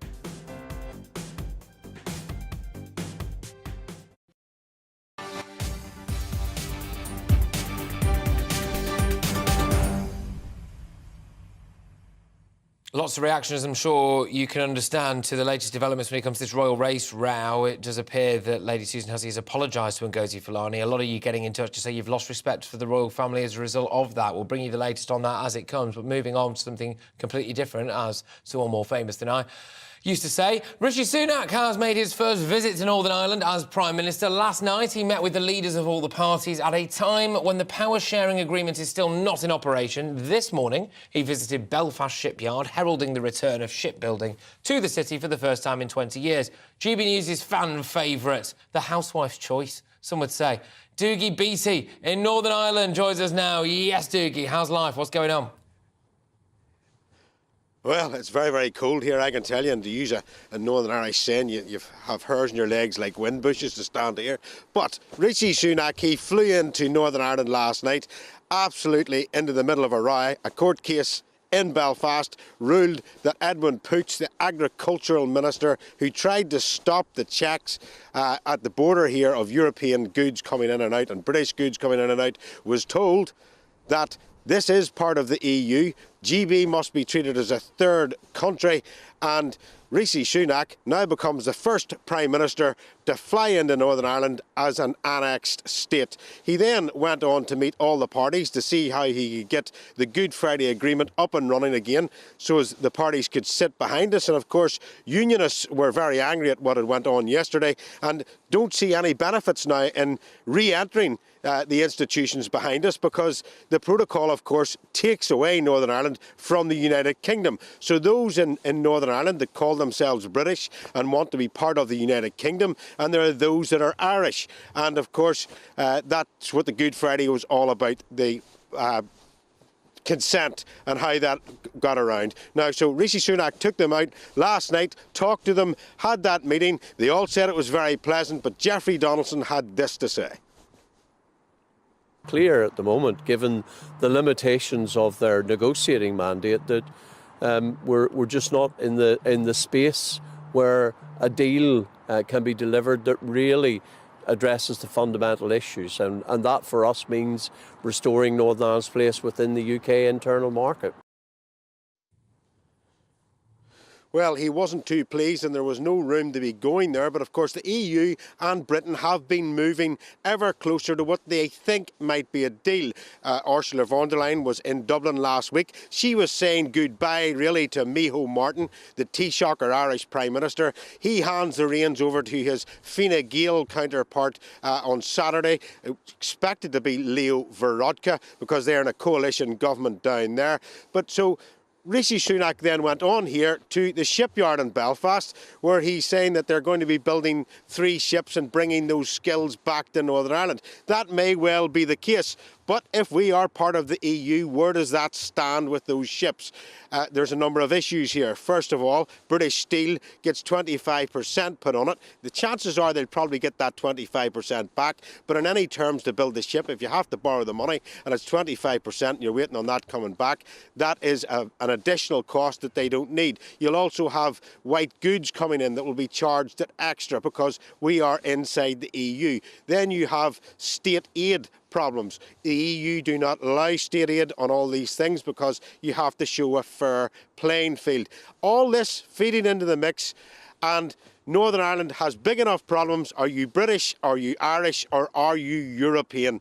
And it's all going to come up once more. Oh, Dougie BT, thank you very much on Northern Ireland reporter Dougie BT outside Stormont there for us. Right, OK, people. Well, whilst we were on air, that big news broke, didn't it, about the royal family's race row and the apology from Lady Susan Hussey, and it has got you all really, really going in the inbox. We're going to have a whole host of guests on this. People are behind me ferreting away, trying to book very top-quality guests for us so we can pick this apart almost line by line. But if you are just joining us, Lady Susan Hussey apparently met with Ngozi Fulani face-to-face at Buckingham Palace with the full knowledge of the King and Queen. And I was asking you whether or not the apology and the promise by Lady Susan Hussey, let's be honest as well, it's worth remembering, is in her 80s, promised to go away and re-educate herself. Apparently the meeting was full of warmth and happiness and all of this stuff. Anyway, Andy and Bonnie have been on in the inbox. Thank you very much. And this is from Andy, who says, my wife is black and I am white. We've been royalists all of our life. But if the royal family are going to continue like this, we prefer that they went away. They've described it as cringeworthy and disgraceful. No name on this one, but they said they think that Lady Susan Hussey has been treated very shabbily by King Charles, sadly proving to be somewhat weak, and she should have been supported and not thrown under the bus. Yes, no name on that one. Sorry if there is one and I've missed it, but there you go. From a lifelong royalist, I think this is Phil in Norfolk. Phil, from a lifelong royalist, I've totally lost respect for the royal family. This is a knee-jerk reaction without the facts. Phil, the only thing I would say to that is, are there more facts that we don't know? Yeah, OK, I don't think there are, because Ngozi Fulani was remarkably thorough, wasn't she? Remarkably thorough and diligent with her media appearances. One would have assumed that if there were more facts, she would have been gleefully trotting them out across the British media, the vast majority of the media landscape, of course, like seals receiving some kind of fish at a sea life centre, just gobbling it all up without asking any particular questions about Ngozi Fulani whatsoever, despite the fact the Charity Commission are now interested in sister space. But anyway, there we go. How do you feel about the fact the royal family have just rolled over and said sorry? You are with me, Patrick Christys, on GB News. Coming up, are the nurses' strikes a waste of time? Neither Labour or the Tories are up for offering nurses more money, so 60,000 operations just didn't go ahead, apparently. The NHS backlog now clearly is bigger, and nurses and their unions have the square root of absolutely naffle to show for it. We'll discuss all of that next, but first, it's your latest headlines.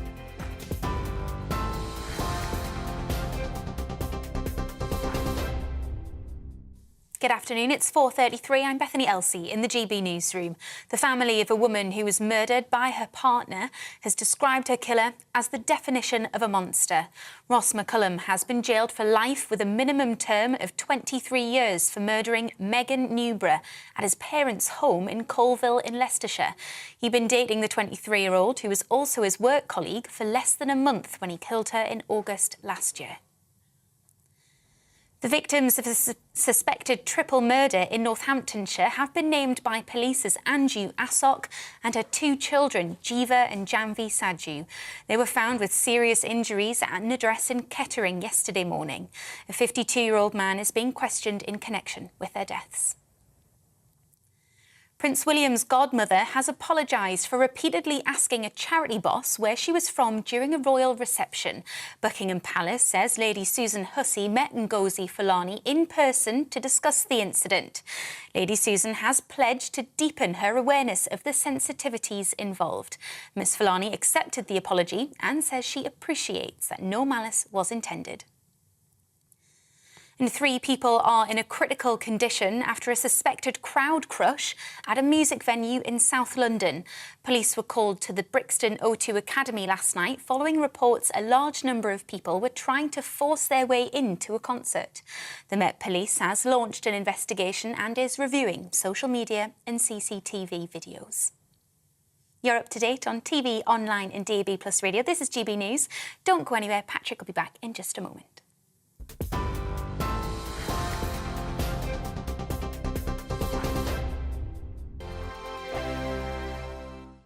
Monday to Thursday, 9 p.m. till 11 p.m. Join me, Dan Wootton. I'll bring you the sharpest takes and hottest debates. Do you not believe in prison? I don't believe in prisons. I'm completely stunned. I guarantee you there'll be no spin, no bias, no censorship. I actually was personally quite offended by it. And no reason to go to bed. So I guess they've always been quite woke. That's Dan Wootton tonight on TV, radio and online. Monday to Thursday from 9 p.m. till 11 p.m. on GB News. The People's Channel, Britain's news channel. Every morning from 6 o'clock, we'll wake you up with GB News Breakfast with all the stories you didn't know from the night before. So whether it's serious news, entertainment or your own views from all over our great nation, we're here to kick off your day with a smile. And the national media should be reflecting and reporting what's happening here. You will notice the northwestern accents. Whether you're with us on TV, radio or online, every morning it's breakfast from 6 a.m. Hope you can join us. Join me every Sunday at 6 p.m. for Gloria Meets. In exclusive interviews, I'll be finding out who our politicians really are and what they really think. It's something that you would never want anyone to suffer. I didn't know what channels there were. I didn't think I'd be believed. I must have weighed about 7 stone and I'm 5'8". My instincts was to sort of cover this up. I mean, clearly that was a mistake. Join me every Sunday at 6 p.m. on GB News, the People's Channel, Britain's news channel. Hello there, it's Eamon Holmes here from Breakfast on GB News. We're not just on your television and your screens, you know. We're on DAB plus digital radio, so you can listen to your favourite shows on the move. If you've not yet listened to GB News Radio, it's very simple. We're on your radio player and tune-in apps, on your smart speaker, phone or tablet, or online at gbnews.uk. Take us with you wherever you go. GB News Radio. You never have to miss a moment of the People's Channel.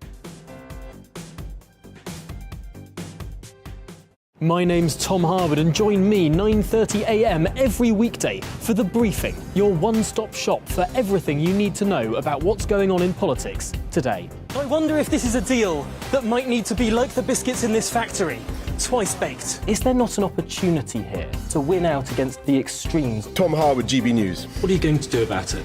things should have been done differently, and they certainly are being done differently. Don't miss it. The Briefing with me, Tom Harwood, 9:30 Monday to Friday on GB News. Hello, I'm Simon Evans. Join me on GB News for Headliners at 11 p.m, where I'll be joined by two of the country's top comedians as we take a look at tomorrow's newspapers tonight. If it's a big story, we'll be covering it, I guarantee, but we'll also have some fun along the way. That's GB News Headliners at 11 p.m. We won't put you to sleep, unlike some of the other paper review shows out there. So join us, 11 p.m, 7 nights a week.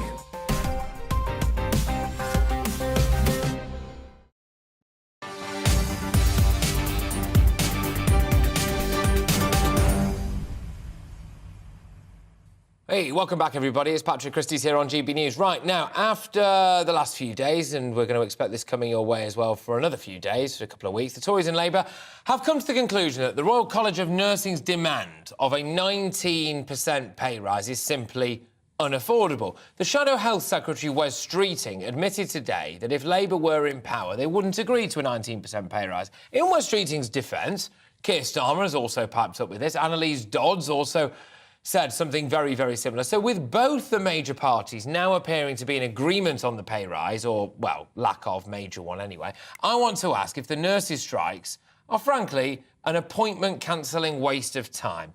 Joining me now is former Brexit Party MEP Belinda de Lucy and co-chair of Momentum, Hilary Shan. Great to have you both on the show. Hilary, I will start with you. I don't believe I've had the pleasure before. Fantastic to have you on the show. Right, so the nurses' strikes now, are they just a waste of time? Neither political party is going to give them what they want, and in the meantime, patients suffer. No, I mean, of course, it's not a waste of time at all. And all the nurses on strike deserve our full support and solidarity.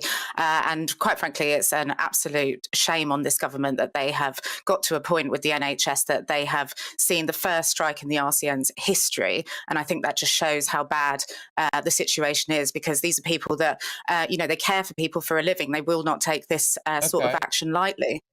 I get that. I'm just going to stick with you for a second, Hilary, on that, though, because presumably this would also have happened under Labour, though, wouldn't it? Because Labour is saying they don't want to give them what they want. And if you really look at the facts and figures as well, there's been a 39% pay increase, funding uplift in real terms in the NHS since 2010. I think a lot of people would say that's enough money. This would have happened under Labour, would it not? I mean, the NHS has been chronically underfunded for a long time, and with privatisation creeping in as well, money has been siphoned to the wrong places in the NHS. That's the issue, and that's why we always argue for a fully funded, publicly owned health service. And so the underfunding is absolutely chronic. But yes, it does need to be fully funded and publicly owned. All right, Belinda de Lucy, former Brexit Party MEP. Do you think fewer people think nurses are angels now, Belinda?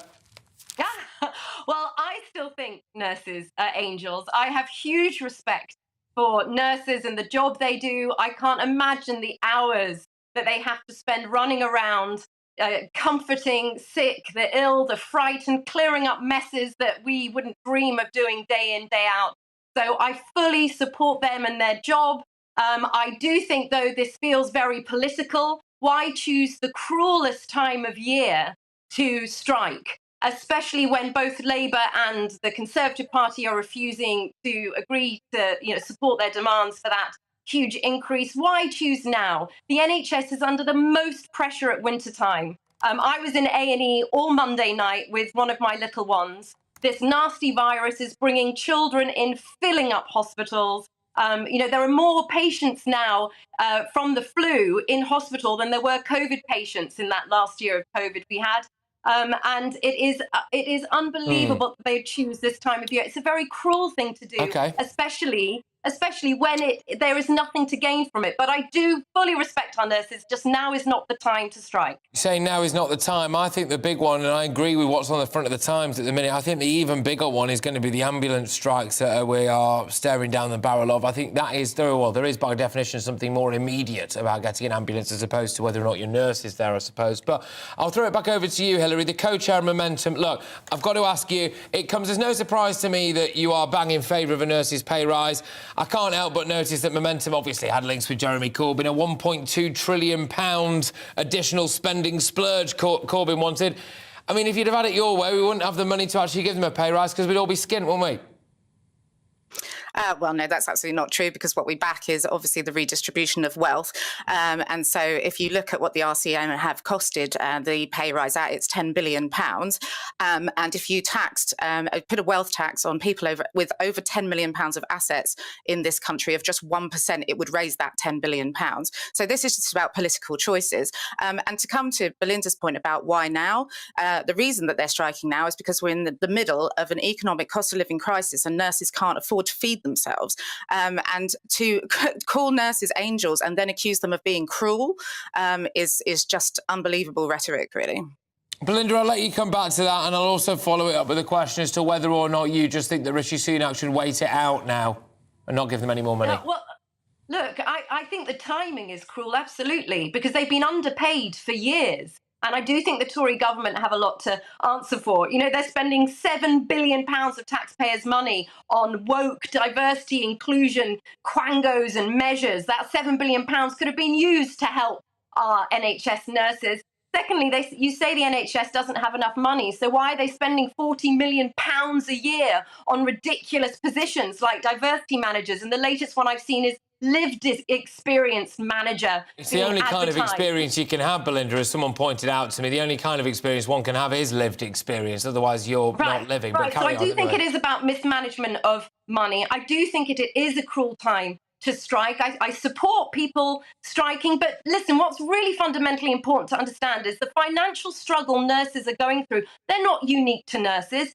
Everyone is going through a financial struggle now. Everyone is taking home less. Everyone is having higher bills. We should all be in it together. Instead, the general public are being hit by high taxes, hit by cost of living, and now hit by our nurses striking, our railway workers striking, so we can't see our families. We're more at risk from not getting the treatment we need. When are we going to be battered? Choose your time to strike that protects the public and still gets attention from the government.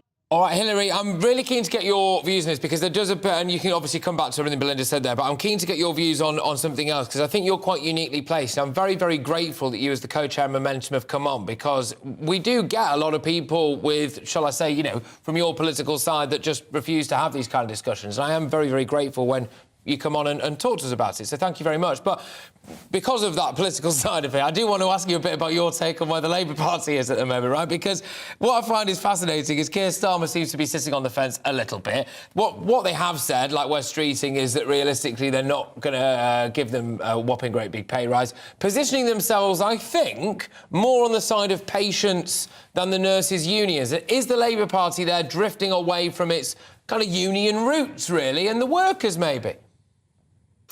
Well, that is absolutely the problem, is that the Labour Party was founded to represent working people. You know, the clue is in the name. And so, yes, we would like Keir Starmer to get off the fence. And to be honest, it's politically not smart, because we've seen a YouGov poll that's just come out that shows 64% of people in this country back the nurses' strike. And so we know this is popular. And so I do think he should get off the fence, and I do think he should be backing the nurses. OK, all right. And you think that, presumably, that even if that maybe costs him at the ballot box, you don't think it would cost him at the ballot box? Because clearly they have made that calculation, Hilary. Yeah, well, the polls speak differently. We see that the polls consistently have said this week that the public backs the striking nurses. People love the NHS. They love the people that work for it. They know that they got us through the pandemic, and they want to see them treated properly. And everybody, as Belinda just said, is in a cost of living crisis at the moment, including the nurses. Although I would argue that the people that are not taking home less are corporate giants and profiteering oil and gas companies. All right, look, just because I'm going to get shouted out, I just want a number from each of you very quickly. Belinda, the percentage pay rise that you will be willing to give a nurse? I reckon the average pay for a nurse should be 37,000 a year. OK, all right, I'll ask you the percentages later. Yourself, Hilary, would you just give them the 19%? I would tax the wealthy 1% of theirs. And tax the rich. OK, both of you very on brand. Thank you very much. Other people's money, that's socialism. No. OK.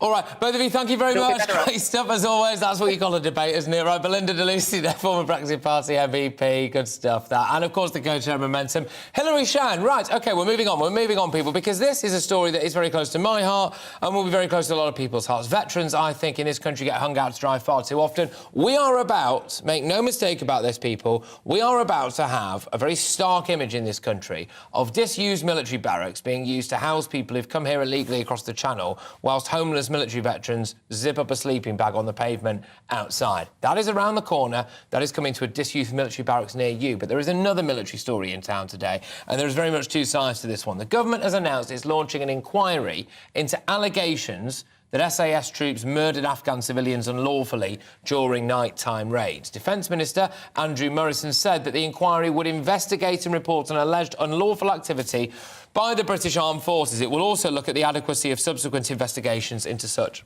allegations. Well, joining me now is ex-SAS trooper Big Phil Campion. Phil, thank you very much. Great to have you on the show. I know you've been sat there a little while. Right, just talk to me a little bit about this inquiry, because I've spoken a lot about historic prosecutions. This is slightly more recent. You know more about it than me. Take it away. What's going on? I do know a little bit about it, and I know enough to know that there's two sides to every story, OK?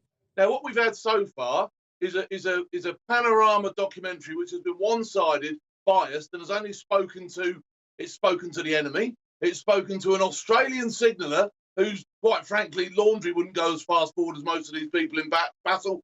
And it also spoke to some disgruntled policeman who wouldn't show his face. So their stuff held no credibility whatsoever for me.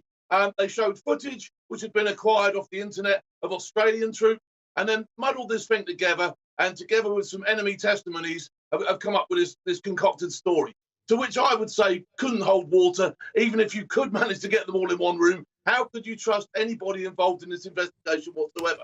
So what they've done is they've made a load of noise and they've set this thing in motion. And I think, to be honest, this inquiry, the way I read it from the letter I got from the MOD about it, is as much to have a look at how these investigations come up in the first place. Because this thing is absolutely shocking, to be honest. Well, the allegation, right, is that there were more than 50 executions by SAS soldiers in Afghanistan in a variety of different Afghan villages and towns. British troops allegedly killed civilians in cold blood, all of that stuff. Now, you are saying that you think that our government potentially, or the people responsible for this inquiry, have maybe taken the word of, as you said, the enemy over our own troops. Would that be a fair assessment of where you're at with this? Yeah, I can't see where else it's come from. I really can't. They've investigated it twice. I think it was the Norwood investigation and another one, and they've come to absolutely nothing. So where have they managed to get something else outside of what they had before? I can't see what they could possibly have. I really can't, other than this tale told by the BBC. I really can't. It's slightly... The other thing that you've not seen either, Pat, because you've not heard from the other side, okay? You've not heard the troop side of this story. Now, bearing in mind when they took this thing on in Herrick, okay, ISAF decided that they needed to do something right away, because there was something like 5,313 devices which had been injuring, blowing up, crippling, destroying, hurting, maiming, and all that sort of stuff, and something needed to be done. It's a very difficult, tricky job, okay? Troops would have gone in, done their thing, come back out again. And if the people on the ground were left with a sore head and not feeling too good about things, well, you know, they've now had 10 years to concoct a story which might fit their purposes now. I mean, look, Phil, I am immensely grateful, as you well know, for people like yourself and people in the SAS for doing just an incredible job. And I can't help but wonder the slightly bigger picture. We've had it with historic prosecutions. That Dennis Hutchins, the poor chap there, I think was facing his third trial over the historic murder allegations there. Found acquitted twice, died whilst awaiting trial the third time round. Unbelievably poor stuff, that really wound me up. Historic prosecutions do really wind me up. If you are now someone who wants to go into the military, is there an unfortunate fact that you might be asked to be sent into the most dangerous, the most messy, the most murky situations in the world, and then be forced to take swift action, and then years down the line you just might find yourself in court and not protected? But the evidence right now suggests that's exactly what could happen to you. You know, where does it stop? Where does this actually stop? You know, unless they can. I mean, I'm really hoping that somebody within this decision-making process says, "Hang on a minute, let's see what can be done to stop this whole thing rolling out completely from the start." You know what I mean? Because it appears at the moment to be very biased and very one-sided, and it's on the side against our own people. Do you know what I mean? It's incredible, Patrick. It really is. Phil, look, thank you very much. Always a pleasure. Big Phil Campion there, ex-SAS trooper, regular here on GB News. Right, now we're moving on, people, because today isn't just any old Friday. No, that's right, it's not. It's Black Eye Friday. It's said to be the busiest day of the year for the emergency services. Well, good luck with that, the way things are going. As security, police and ambulances, they brace themselves for off-the-wall Christmas celebrations, Christmas parties. With the cold weather, the strikes and empty purses upon us, though, will they actually be happening? But the British partygoers might just find themselves behaving badly. And I thought, what does Black Eye Friday really mean? Mad Friday, it's been called. Joining me now is someone who's known by locals and the police alike as Tyson. He's Director of Security, who's Director of Security at TLG Management, which specialises in boxing events. Tyson, I understand that you're actually going to be working tonight, and I believe that is at a boxing event, so you might quite literally have your hands full. But what does Black Eye Friday mean? Is this something that you all look at in your calendar and you go, right, OK, tonight's going to be a busy night, lads? Are people just a nightmare? It's just a time of the year when everyone's out for Christmas parties, everyone's out there partying with their colleagues. It's just ample fights. It's just a bit crazy. It's the one time of the year when everyone's together out of the office, so everyone's celebrating, get ready for Christmas. Job at the best of times for you, Tyson, let alone when it's Christmas party season. Is this especially worse than other times of year? 100%, because people are out there, they're drinking with colleagues they never normally get to sit down with. So everyone's there having a good time, just getting this festive season. Good stuff. I hope you're not just let someone through the doors wearing the wrong shoes there, mate. But yeah, let's... Yeah, so what? How do you guys deal with it? Because it must be a fine line for you. Are you terrified of actually getting in trouble and maybe, you know, clocking someone a bit too early? Or do you just have to just try and keep the peace? How does it work? It's all about keeping the peace. It's all about talking to people, and sometimes giving a friendly one when they come into the venues. All it is, stay safe and be careful, because a lot of them, you don't want them to embarrass themselves. And when they're out drinking and getting drunk, you don't want them to, like, sexually assault one of their colleagues who are going to be sitting down Monday or in the New Year with, thinking, oh, my God, what have I just done? So we had some incidents last week in the venue in Wolverhampton where colleagues were fighting each other. They got too drunk, grabbing each other. So it's just a time of the year when everyone's out drinking, and some people don't drink, it's social drinking, and they do get involved. So, yeah. Well, OK, Tyson, well, good luck to you, mate. And, I mean, thank you very much. What would your top tips be? By the way, can I just say, if anyone's watching this now, it's just coming up to 5 o'clock. People will be clocking off work. They'll be thinking, right, I'm going to pile into the local boozer tonight. I'm going to celebrate the end of, you know, my working week or whatever with my colleagues. You are on the doors, mate. You are head of security. Just give them some top tips about how to not mug people like you off, basically.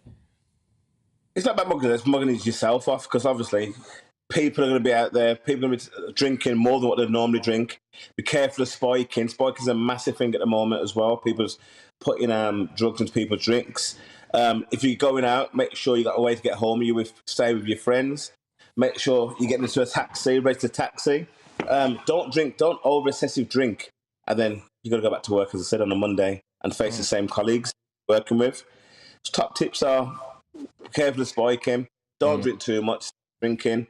And be careful flirting, because you don't want a sexual assault charge. Well, I tell you what, Tyson, that is a cracking series of points to end it on. And I must say, anyone who's got you as head of security is a very, very lucky individual as well. Tyson, thank you very, very much. Director of Security at TLG Management, specialising in boxing events, but of course knows his way around the block as well, doesn't he, Tyson? Thank you so much. Right, OK, well, make sure, ladies and gentlemen, you take Tyson's advice. If you're out at your Christmas dues tonight, you don't want to be walking around the workplace on a Monday with a cracking black eye, or having fought one of your colleagues, or, I don't know, bitten your manager's nose off. But enough about my past. Right, Patrick Christys here on GB News. Plenty more in the next hour. Prince William's godmother has apologised for repeatedly asking a charity boss where she was from during a royal reception. That's the big one. We're going in on that next hour. Do you think that lazy Susan Hussey should have apologised to Ngozi Fulani, Marlene Headley, whatever she wants to be called? Have you lost respect for the royal family for apologising to Ngozi Fulani? GB Views at gbnews.uk. I'll be discussing that very, very shortly.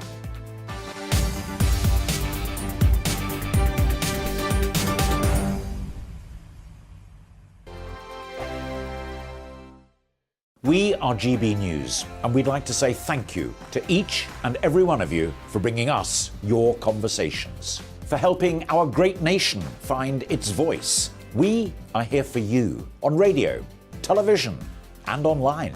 across England, Scotland, Wales, and Northern Ireland. It's not the BBC, you actually get your facts right. We are proud to be GB News, the People's Channel, Britain's news channel. Hi there, it's Stephen and Anne. At breakfast from 6 a.m, you'll always be caught up with everything you need to know, the latest headlines, opinions and debates. We'll bring you the good news and the bad, but most of all, we're here for you. Remember, send in your views and let us know what you would like us to talk about. That's because we're your news channel. And every morning at 6 a.m, it's breakfast on GB News.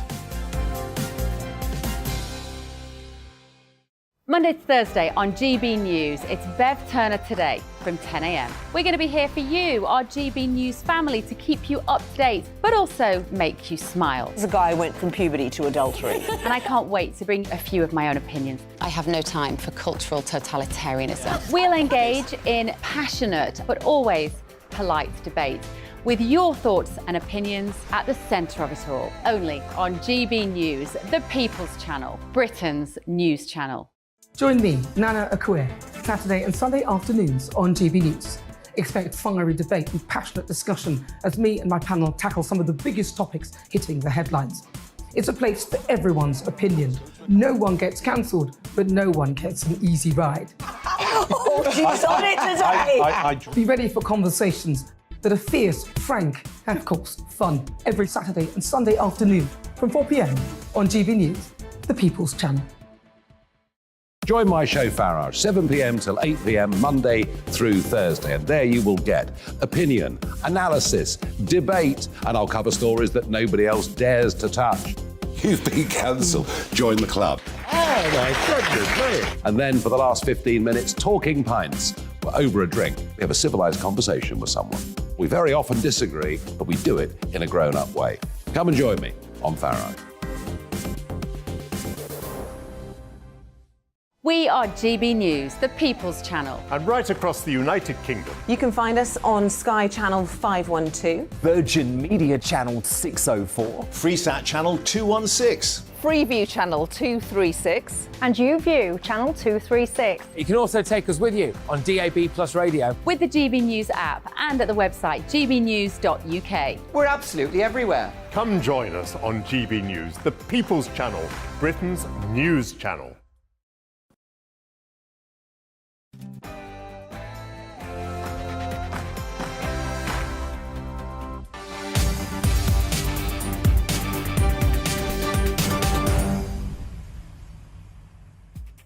Well, it's just gone 5 o'clock, you lovely people. It's Patrick Christys here on GB News. Ngozi Fulani, Marlene Headley, the charity founder who's been at the centre of the royal race row, has met Lady Susan Hussey apparently in Buckingham Palace today so that Lady Susan Hussey could apologise to her, which apparently she's done.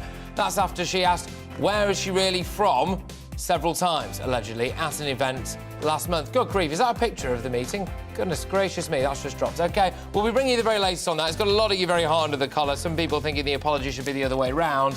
I am inclined to agree with you. Anyway, militant Mick Lynch's latest line is that Christmas strikes will hardly have any impact at all. Why bother them, Mick? They're annoying and they also cost this country tens of millions of pounds. But, again, he hasn't got anything to show for it, has he? No pay rises in sight, certainly not ones that he was willing to accept anyway. And are our veterans being thrown to the wolves? There's going to be an inquiry into whether or not our SAS murdered Afghan civilians. I'm just wondering whether or not this is a little bit of a witch hunt. All of that coming your way and much, much more. I want to hear from you on a couple of things. You don't need any encouragement for this, but I'm going to give it you anyway. Get in touch. gbviews@gbnews.uk. Should lazy Susan Hussey have apologised to Ngozi Fulani? Have you lost respect for the royal family as a result? A lot of you are saying you have. And yes, very much a shift in tone. What's the worst Christmas present you've ever received? I'll be doing that at the end of the show. We've had some corkers in. Keep them coming. gbviews@gbnews.uk. But before that, it's your latest headlines.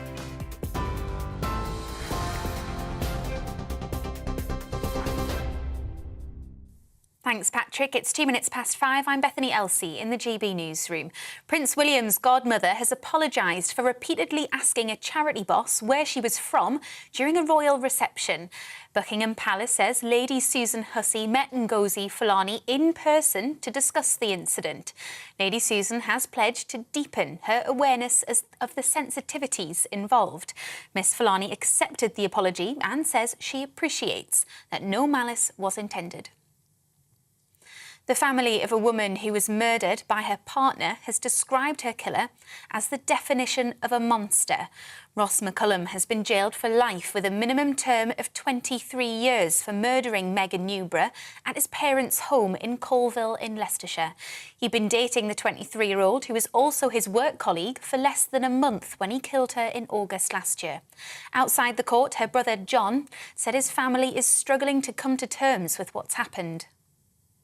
I know how difficult it's been for my parents and sister to sit at court every day, listening to the web of lies spun by someone Megan not only knew, but whom she trusted, someone who clearly had no love for her at all. We're the ones now serving a life sentence. No amount of time in prison can bring Megan back. We have to carry on with our lives as best as we can, but Megan will never leave our thoughts. The victims of a suspected triple murder in Northamptonshire have been named by police as Anju Asok and her two young children, Jiva and Janvi Saju. They were found with serious injuries at an address in Kettering yesterday morning. Police have confirmed the mother was an NHS nurse. A 52-year-old man is being questioned in connection with their deaths. 3 people are in a critical condition after a suspected crowd crush at a music venue in South London. Have asked us to close the show. We apologize to you. This has nothing to do with us. Police were called to the Brixton O2 Academy last night following reports a large number of people were trying to force their way into a concert. The Met Police has launched an investigation and is reviewing social media and CCTV videos. Commander Colin Wingrove from Lambeth Police spoke at the scene. In relation to some of the images that have been circulated on social media, I can confirm that an incident involving one of our officers apparently seen to push a member of the public is currently under review by our Director of Professional Standards. And another incident where a member of the public has seen to assault an officer has led to one arrest of that member of the public. The country's railways have come to a standstill for a third time this week as further talks between the rail union and the government failed to reach a resolution. More than 40,000 members of the RMT union are striking in a dispute over pay and conditions. RMT leader Mick Lynch says little progress has been made during negotiations, but that he believes a compromise is still achievable. More industrial action is planned for tomorrow. Russia has launched one of its biggest attacks on Ukraine since the start of the war. 76 missiles were fired during rush hour this morning, with Ukraine shooting down 60 of them. An attack on the country's power grid also forced emergency blackouts nationwide, with the operator saying consumption has dropped by more than 50%. Actor Kevin Spacey has appeared before Westminster Magistrates Court via a video link, charged with 7 new sex offences. Prosecutors say they all relate to the same alleged victim, taking the total number of charges against him to 12. The new charges include 3 counts of indecent assault, 3 of sexual assault, and 1 of causing a person to engage in sexual activity without consent. They allegedly happened between 2001 and 2004. His trial is expected to start in June at the Old Bailey. And British retailers recorded a drop in sales last month, despite online discounts and Christmas shopping.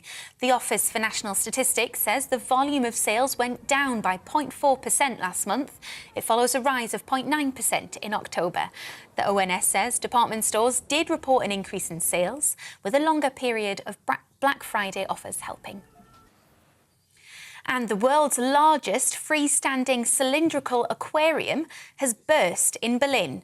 The 14-metre-high tank inside a leisure complex was home to around 1,500 exotic fish. 1 million litres of water, along with the fish, spilled onto the nearby streets when it exploded. 2 people were injured by flying splinters of glass. Hundreds of hotel guests had to be evacuated from within the complex. This is GB News. We'll bring you more news as it happens. Now let's get back to Patrick.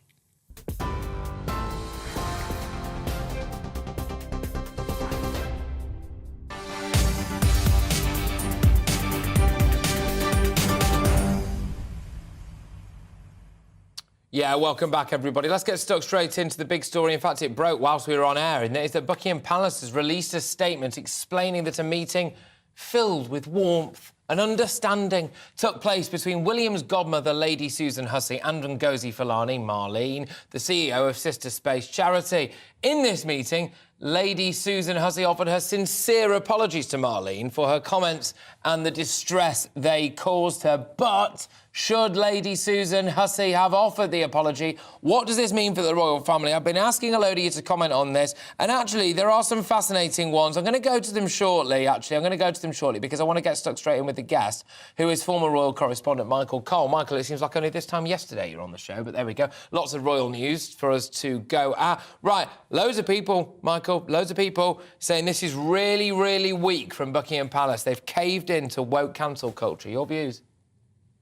This apology is entirely in keeping with Lady Susan's sense of duty and decency. I knew her for several years when I was going around the world in the train of the late Queen, and Lady Susan was always pleasant, kind, courteous and welcoming to people in all sorts of situations and all sorts of people. Now, she's 83, she's a widow. She served Her Majesty the Queen for 63 years in an honorary position. That means she wasn't paid. And she was the head girl and she did the job terribly well. But as you know, Patrick, racism is the toxic issue of the age. And obviously she's moved quickly to distance the royal family. She has, and actually I think you make a really fascinating point there, Michael. It's one echoed by a chap called Stephen in the inbox, who actually just said, I think that if you look at Lady Susan, she's behaved with great generosity and integrity all the way, both in her career and now. And in particular, I applaud her meeting with Miss Fulani. If she had not, we'd have never heard the end of it. Is this actually an example of Lady Susan Hussey here doing almost her final duty, despite the fact that she probably feels absolutely eaten alive and maybe thrown to the wolves? She thought, I can take the heat off the royals here by meeting with this lady, apologising to her and promising to go away and learn from the situation. Is this her sense of duty shining through now?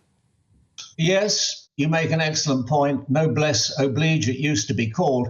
The problem is, you see, racism, it's an easy allegation to make, and it's almost impossible to refute because you have to prove a negative. Now, we're almost reverting to 17th century Massachusetts, where excitable teenage girls were able to point at old women and say, she's a witch, and innocent old ladies were hanged or pressed to death by having stones placed upon their chests. Now you only have to say, she's a racist, and denounce her on social media, and the rest of that woman's life has a cloud hanging over it. I hope it's not a deep cloud for Lady Susan Hussey, because I think she's a decent person. But that's what we've got to, and what we need is Arthur Miller, where is he now, to write a new play, a follow-up to The Crucible, about that sort of witch-finding. You mentioned witch hunts earlier in another context. Yes. Is what we have now. Michael, I've got to ask you about this. Now, I wasn't there. You weren't there. We weren't there when this incident took place. I was there for the aftermath of it, though. I was there for all of the media reports about Ngozi Fulani. I was there to witness her and her daughter, I believe, actually, or head of operations, as I think she was calling her at the time, which I thought was quite funny, doing the media rounds and just being fawned over by the press. And one thing that I am concerned about is the palace straight away either gave old Susan Hussey the heave-ho, as it were. She says that she walked. She may well have been pushed. There appears to be a lot less of the reporting about what I would regard as pretty serious allegations relating to Ngozi Fulani's charity Sister Space. The Charity Commission is certainly interested in various different allegations. Some of these allegations include the misappropriation of funds, or where did this funding come from and why did they manage to actually get hold of some of this funding? Were they a bit fruity about their client base? And actually who was employed by this company in their accounting for example. They're accounting. These are just allegations. It's very important to say, and it is entirely up for the Charity Commission to decide whether or not they want to take a closer look at this. But in light of this, what message does this send out from our royal family that someone can go and point the finger at an old lady and say, I think she was being racist? We get very much one side of the story, and then the palace is fine for this lady to apologise to Ngozi Fulani, despite the fact that, well, let's be honest, there are serious question marks over her character. Well, I can't speak to that, and I don't know nothing about these allegations, and I'm sure that the truth will emerge eventually. But what I am sure of, and I saw Lady Susan in many different situations, I'm sure there was no malice intended. She didn't mean to offend this woman. As I understand it, everybody was wearing name tags, and that's how this lady knew she was speaking to Lady Susan.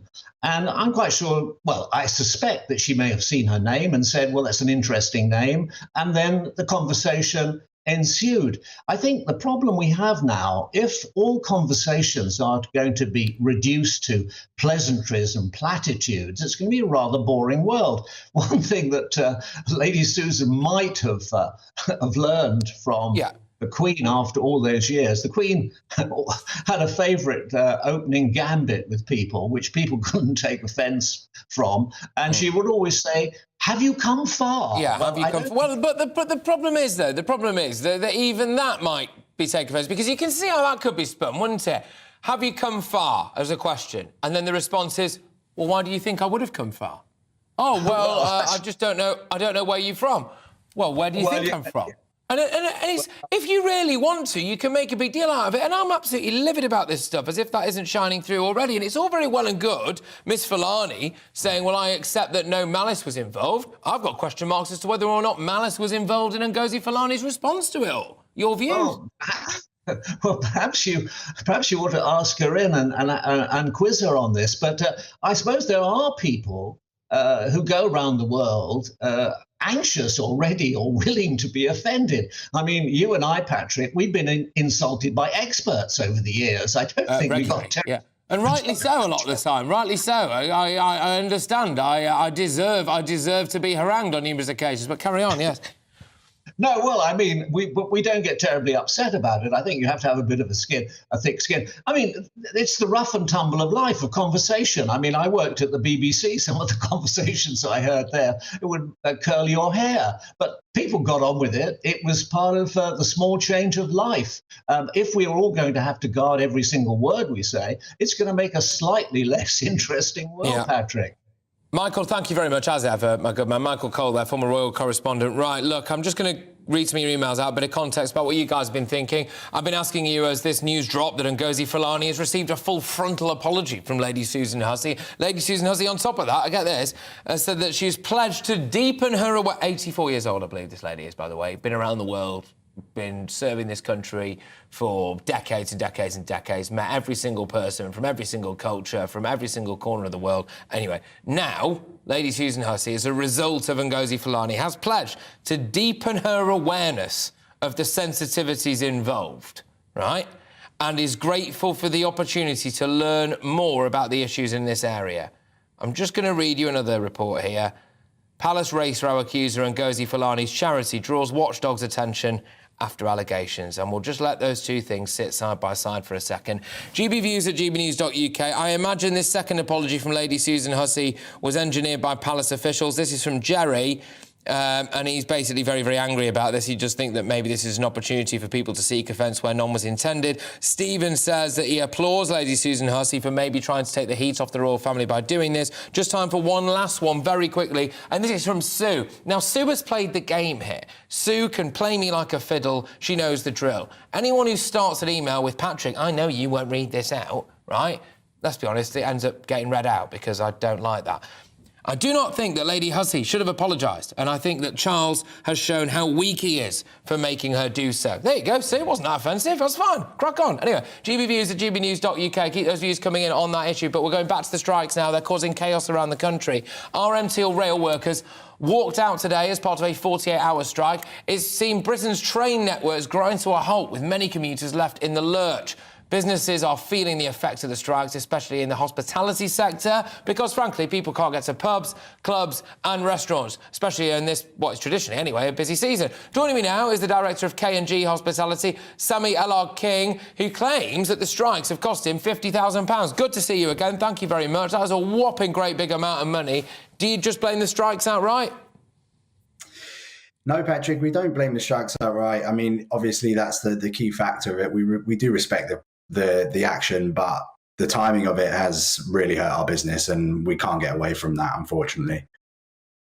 Absolutely not. I mean, some people are certainly around the London area. It's supposed to be absolutely rammed. I mean, you could have fired a cannon on the tube that I was on last night and you wouldn't have actually hit anyone. It was remarkable how quiet it is. And that is pretty much because people don't want to bother going out if there are rail strikes or if they think there's disruption. What are you going to do to cover your losses there? Are you just going to have to swallow it? Unfortunately, yes, that would be the case. I mean, luckily, we managed to keep one corporate hire. It moved to February. But, I mean, this is our busiest week of the year. We've got now a weekend coming up with more strike action. You know, we're on one of the busiest streets and by one of the busiest stations in London. And, you know, walk-in trade is a massive part of our business on a Friday and Saturday night. You are noticing that that is being reduced. And Mick Lynch came out and he said, well, look, it's not going to have that big an impact and we're not directly targeting Christmas. For someone like yourself who is noticing an impact over the Christmas period, do you think that's a bit of a whopper? Yeah, look, it's tough to take when we've taken hits from COVID and everything else that's happening this year, energy crisis. You know, our bills are through the roof right now and our margins are getting hit from every single angle. So to have this as well was just another unexpected turn in what's been a very difficult year for the hospitality sector as a whole. Yeah, and of course, it's, you know, all right, people in the public sector are, I suppose, by definition, public servants. That's the nature of what they do. I am probably going to get shouted at for saying this, but I'll say it anyway.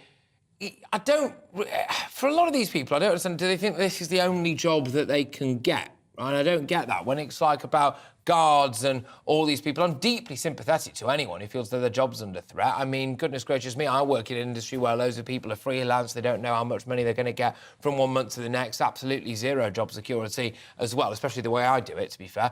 But when it comes to this, do you think that people in the private sector aren't being given job security, and presumably their jobs are now being called into question a little bit because, well, people like you are losing money?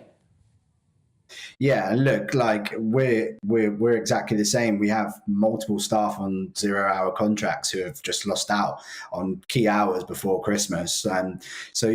Yeah, look, at the end of the day, everyone's feeling the pinch right now and everyone needs the cash in their pockets. But I think there was a way to go about this and they've gone about it in a very disruptive way, shall we say. OK, look, great to have you on. Good luck. And as well, good luck with not only the strikes, but also Black Eye Friday. I'm hearing that it is tonight as well. Apparently, you end up with a load of the works dues and they just go and knock each other's heads together. So there we go. Sami, thank you very much. Sami King there, Director of K&G Hospitality. Right, we're moving on because you are with me, Patrick Christys, on GB News. We've only got about 40 minutes to cram in a world of news. A new inquiry has been launched into whether SAS fighters illegally murdered civilians in Afghanistan. Is this actually worthwhile as an investigation? We'll delve into it. There's two sides to it, but I can't help but wonder whether or not this is just another witch hunt to our armed forces. Mark my words, people, we are going to see the optics very, very soon of a disused military barracks being used to house people who've just come here illegally across the channel, with a veteran zipping up his sleeping bag on the pavement outside. And I can't help but wonder whether or not things have gone a little bit skew. If you are with me, Patrick Christys, right here on GB News.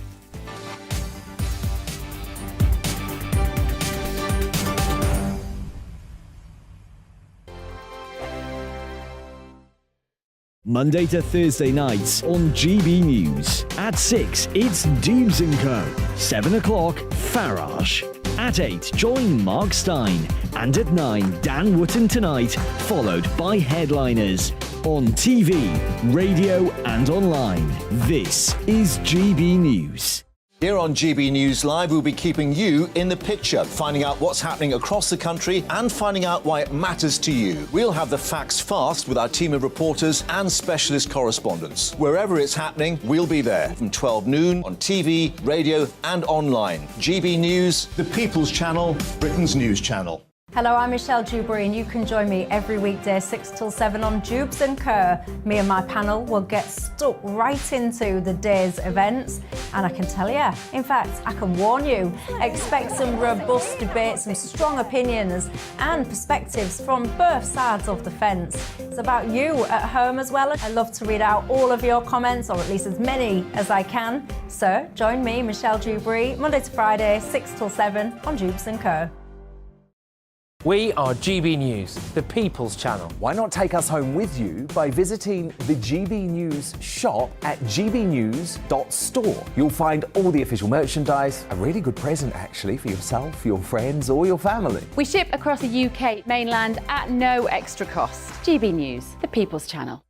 I'm Mark White. As GB News Home and Security Editor, I cover those key issues that are so important to you. Our authorities, our communities doing all they can to combat violent crime. With the public services under unbearable strain, why are we still failing to control our borders? Defence, the first priority of any government, has been continually hollowed out. Can we trust our politicians to protect the armed forces? Join me, Mark White, on GB News. We are GB News, right across the nation. You can get us on television, on radio, on digital. We're absolutely everywhere. Amazing. You see, amazing. You remind me of me in the European Parliament. But here's the most important bit. We are not part of the mainstream establishment. We think and speak just like you do. We are the People's Channel. Magnificent. That's really, really thoughtful. Come and join us on GB News, the People's News Channel.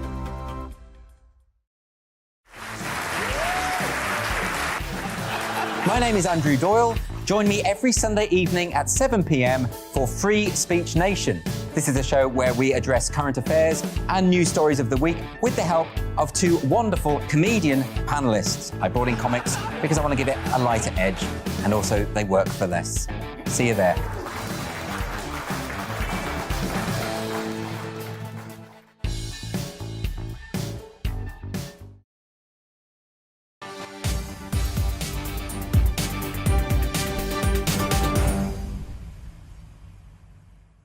Okay, welcome back, everybody. Patrick Christys here on GB News. And yeah, this is a very serious one. There's a lot to it, actually, and I wanted to get stuck right into it. So an inquiry has been announced into allegations of more than 50 summary killings, executions, alleged executions, by SAS soldiers in Afghanistan. Now, the inquiry was called by government ministers and was made after years of reports that these elite British troops apparently kill civilians in cold blood. Well, in a statement to the House of Commons, the Minister for Defence, People and Veterans said the Ministry of Defence would concede to long-standing demands for an independent statutory inquiry after years of dismissing the idea.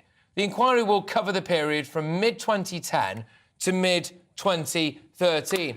I can't help but feel as though there's a little bit more than meets the eye when it comes to this story. Our veterans all too often get hung out to dry in this country, whether or not it's to do with homelessness or lack of decent mental health care. I've said it before, I'll say it again. We are about to see disused military barracks being used to house people who've just come here across the channel, whilst potentially on the pavement outside there will be a veteran zipping up his sleeping bag and bracing for another night in the cold. That sickens me to the core. We also have had unrelenting historic prosecutions, people like Dennis Hutchins, who was acquitted twice of murder and actually sadly died while he was awaiting for his third trial for a historic prosecution based around the Troubles in Northern Ireland. Forgive me for being very sceptical about this current inquiry right now, but we will, of course, have to wait and see when it comes to all of these facts. Joining me now is Gallantry Medal holder and Veterans campaigner. It's Trevor Colt. Trevor, thank you very, very much. Right, your initial reaction to this inquiry, your views? Another scapegoat inquiry, as far as I'm concerned. I'm getting sick of politicians bowing and taking a knee, let's say, to public interest lawyers and trying to use soldiers and those on the ground as a way of getting out of mistakes made by politicians. When I first heard it, I was, to be fair, I wasn't even surprised. But it's about time, Patrick, that, you know, veterans, regardless what we signed up to, veterans are being hounded and politicians are letting them go. Politicians are letting this happen. We have Johnny Mercer, who, is trying extremely hard behind the lines to fix things. But Anything that soldiers did on the ground came from Whitehall. I worked in the time frame that you're talking about between 2010 and 2013, and it was my job to fly out and pick up high value targets, Al Qaeda and Taliban commanders, and bring them back in for questioning. And you know, some of those guys that we brought in, right, were so evil. You know, I don't understand why people are sticking up for them. These people were so evil. They were linked to IEDs. They were caught in DNA and biometrics. These guys had killed British soldiers, American, Canadian. They had killed coalition soldiers, and they were far too dangerous to hand over to the Afghan authorities, because the Afghan authorities were so corrupt that they used to let them go, and they would go back out on the battlefield and they would kill more British soldiers. So do you know what? These inquiries about did our special forces kill people on the ground? Our special forces job there was to go and seek the most dangerous people on the planet. Their job was to go and put their life on the line, to go out and to keep us safe. They had an extremely difficult job, and their job was either to capture or kill the evilest people on the planet. And you know what? They did a very good job. And the allegations are about civilians, right? So that's the allegation. Roughly 53, 54, I think it is, allegations of people being killed essentially in cold blood. Do you think there's more than meets the eye there? Is it very difficult to tell after the event, or indeed during the event, exactly who is a civilian in those kind of environments, do you think? It's very easy to tell, Patrick. I'll tell you why. See, when the bullets start flying and the bombs start going off, civilians aren't there. Civilians disappear. I tell you now, whenever I was working in Afghanistan and the different missions that we did and fly out, there was no civilians there.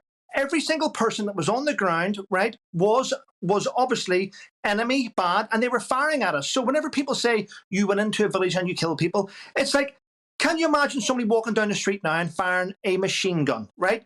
Everyone that's a civilian disappears into hiding. The only people that are out on the ground are those that want to be engaged in a battle. So no, I do not believe that the Special Forces killed any innocent civilians. And if they did, which I doubt very much, where's this information coming from?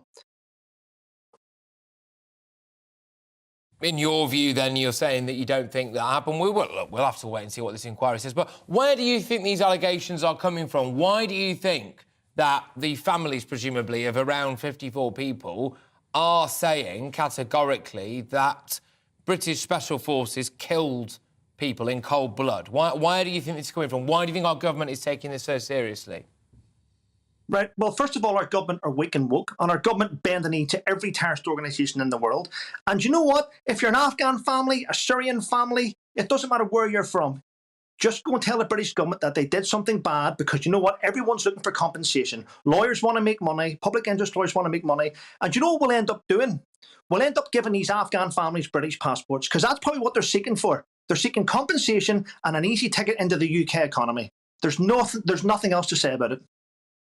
Trevor, thank you very, very much. And I look forward to engaging with you going forward as well. The issue of veterans in this country is one that is very close to my heart as well. Just quickly, Trevor, a little bit off topic this, but this idea now that disused military barracks are potentially going to be used to house people that are coming over the channel, I mean, I'm keen to get your take on it, because there is a problem with veterans' homelessness here. You're on the telly at the minute. It might be worthwhile just having a quick view of you from that. What do you think? Well, I think it's wrong. There is an empty barracks in Dover called Connacht Barracks. I think it's a perfect place. We spoke about this today, Patrick, and we speak about it, and you're a veteran supporter.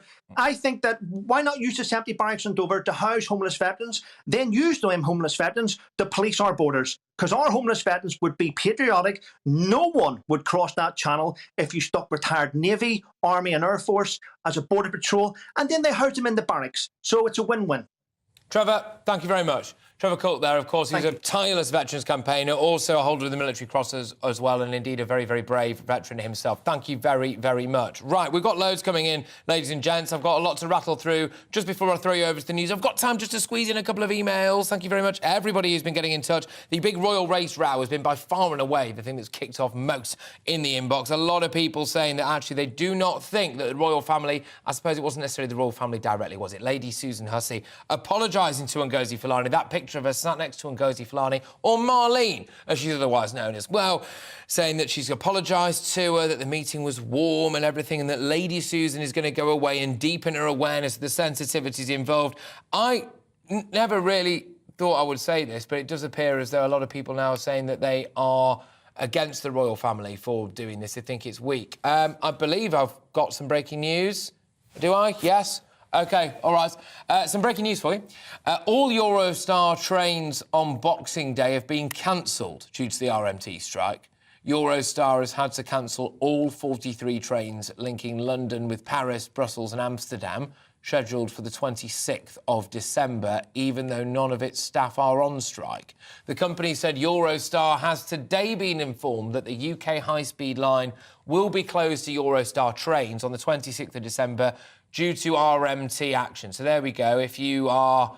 I was going to say, if you're looking to get a Eurostar train on the 26th of December, but no one is anymore because they just cancelled them all. So sorry to be the bearer of bad news, everybody, but there you go. But of course, it's important to remember that the RMT are not targeting Christmas. And anyone who thinks they are is just a dangerous lunatic and a fantasist.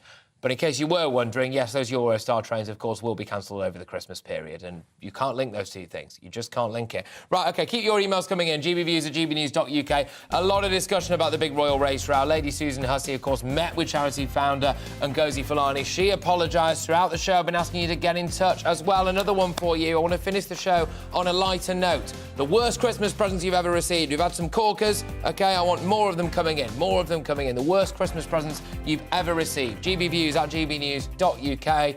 But before we do all of that, here's your headlines.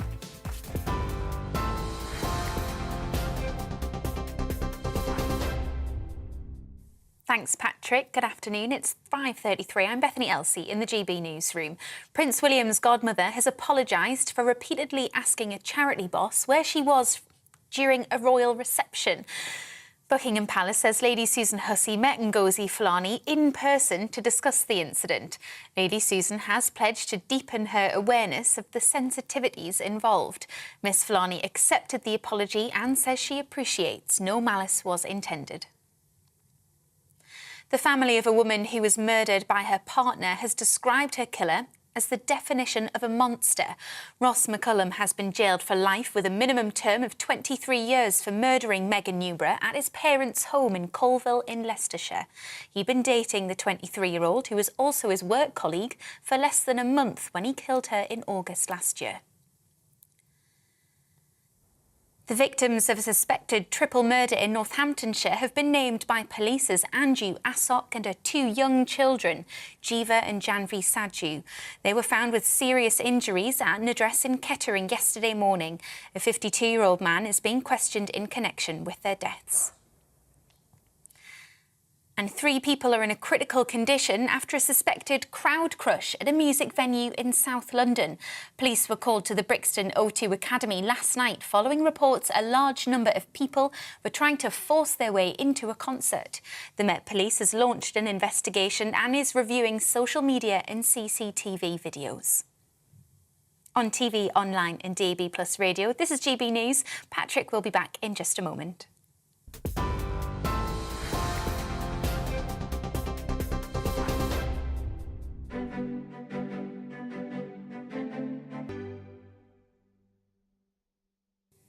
But first, here's a quick snapshot of today's markets. The pound will buy you $1.2169 and €1.1469 euros. The price of gold is £1,470.45 per ounce, and the FTSE 100's at 7,332 points.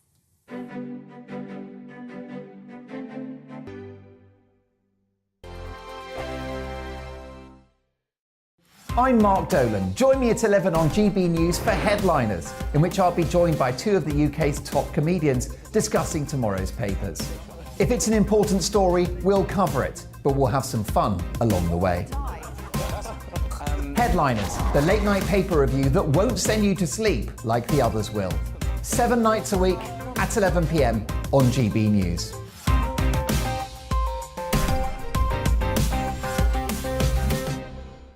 Monday to Thursday nights on GB News. At 6, it's Dubes & Co. 7 o'clock, Farage. At 8, join Mark Stein. And at 9, Dan Wootton Tonight, followed by Headliners. On TV, radio and online. This is GB News.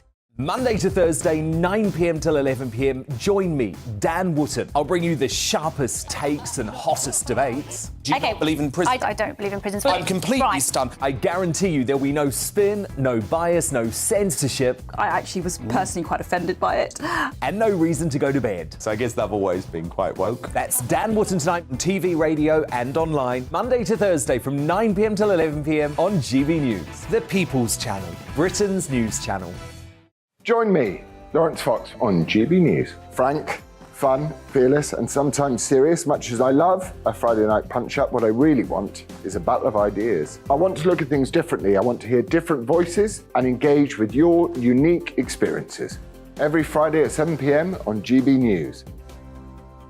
Hello, I'm Esther McVeigh. And I'm Philip Davis. Whether you're watching or listening on TV, online or on radio, we handpick the latest stories, debates and expert opinions for your weekend. So whether that's politics, news or showbiz, we've got it covered. Join us every Saturday morning at 10 o'clock on GB News. Join me every Sunday at 6 p.m. for Gloria Meets. In exclusive interviews, I'll be finding out who our politicians really are and what they really think. It's something that you would never want anyone to suffer. I didn't know what channels there were. I didn't think I'd be believed. I must have weighed about 7 stone and I'm 5'8". My instincts was to sort of cover this up. I mean, clearly that was a mistake. Join me every Sunday at 6 p.m. on GB News, the People's Channel, Britain's news channel. Hello there, it's Eamon Holmes here from Breakfast on GB News. We're not just on your television and your screens, you know. We're on DAB plus digital radio, so you can listen to your favourite shows on the move. If you've not yet listened to GB News Radio, it's very simple. We're on your radio player and tune-in apps, on your smart speaker, phone or tablet, or online at gbnews.uk. Take us with you wherever you go. GB News Radio. You never have to miss a moment of the People's Channel.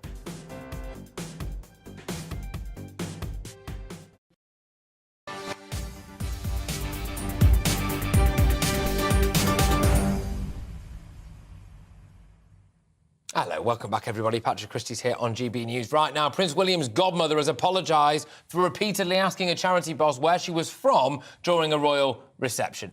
Buckingham Palace says that Lady Susan Hussey met Ngozi Fulani in person to discuss the incident. Lady Susan has pledged to deepen her awareness of the sensitivities involved. Look, this is an absolute shocker as far as I'm concerned. A lot of you, ladies and gentlemen, getting in touch on that inbox saying, actually, you've lost respect for the royal family for bowing down, in your views anyway, to woke culture, to allegations of racism, to all of this stuff. But a couple of you pointing out that maybe Lady Susan Hussey is doing arguably her final duty to the royal family after a lifetime of dedicated service by just sucking it up, going, apologising, vowing to, be better or whatever, and taking the heat of the royal family. Maybe there's that element to it as well. Maybe she wanted to do this. Anyway, with me now is Sunil Sharma, Chief Operating Officer of Conservative Friends of the Commonwealth. Sunil, thank you very, very much. Look, the big and most direct question is, should Lady Susan have apologised?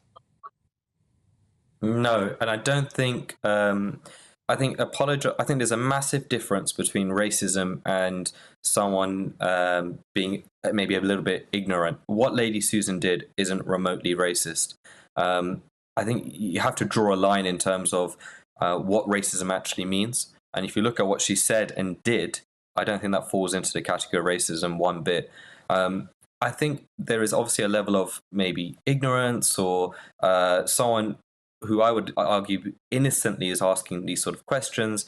I think it's perfectly normal in an environment, especially considering her age, especially considering her upbringing, to not necessarily be very clued up with what is socially okay to say now and not. And I will give a personal example with me. When I go abroad, it's a regular question I will get, which is, where are you from? I would say British, but I know my skin's slightly darker than the typical Brit. My name's a bit different from the typical Brit. So it's perfectly normal for someone to follow up and say, where are you actually from? They would tend to ask an extra from. And I would always answer similar, British, my parents were born in India. Yeah. It's perfectly normal. I think this really is going a bit too far now in terms of racism. On that, I suppose my follow-up question has to be, has Marlene Headley played the royal family and the British public and the vast majority of the British media like an absolute fiddle, turning up, changing her name, of course, turning up to a royal event, potentially with a track record, well, definitely with a track record of not being particularly nice about the royal family, insinuating racism, insinuating domestic abuse against Meghan Markle, and then turning up there, some would argue being quite evasive when asked a relatively straightforward question by an elderly woman with no track record of racism, then doing the absolute rounds on British media, making the most of it, and then going and accepting this apology and all this. Look, Has she played the country like a fiddle here? Yeah, for sure. It's great for her profile. It's great for her publicity-wise. I think it's really harsh on Lady Susan. It's harsh on the royal family. It puts them in an impossible position because if they don't apologise, you know, we're already seeing the nonsense with Meghan Markle and Prince Harry, then, you know, that maybe they think that adds some credibility somehow to whatever they're saying. So I think they're in a very, almost an impossible position. If they apologise, they're seen as weak and bowing to woke culture. If they don't, then all of a sudden people may start to look at the Prince Harry and Meghan accusations and think, oh, maybe there is some legitimacy, even though it's quite clear there isn't.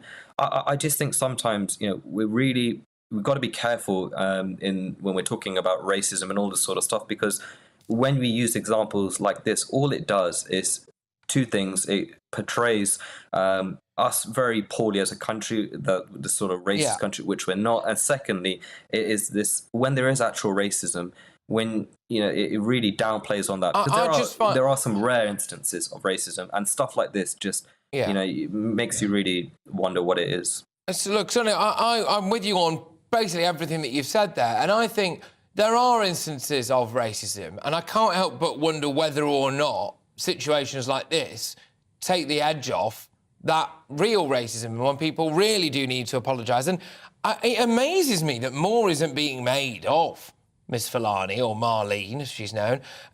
You know, when it looks at the Charity Commission now is having, well, an interest, shall we say, in Sister Space, her charity. It received £357,000 in grants and donations, according to the accounts of the year to March 2021, including from London Assembly, the Culture Department, Comic Relief. Serious question marks as to exactly how or where some of that money was used, or indeed how it managed to actually obtain that funding, supposedly based around the fact that their service was seeing a 300% increase, allegedly, in its use. No one really seems able to understand how they managed to reach that figure. We're also seeing as well the fact that they got grants for things like sewing machines, and then when victims of domestic violence wanted to come and use the sewing machines, they were made to pay, allegedly. They were allegedly made to pay to bring their own textiles for it. I mean, it all does smack of something not quite being right there, and I just can't help but feel like maybe the royal family shouldn't have apologised just yet to this lady. Let maybe nature take its course when it comes to things like the Charity Commission. They might regret apologising to this particular individual, no?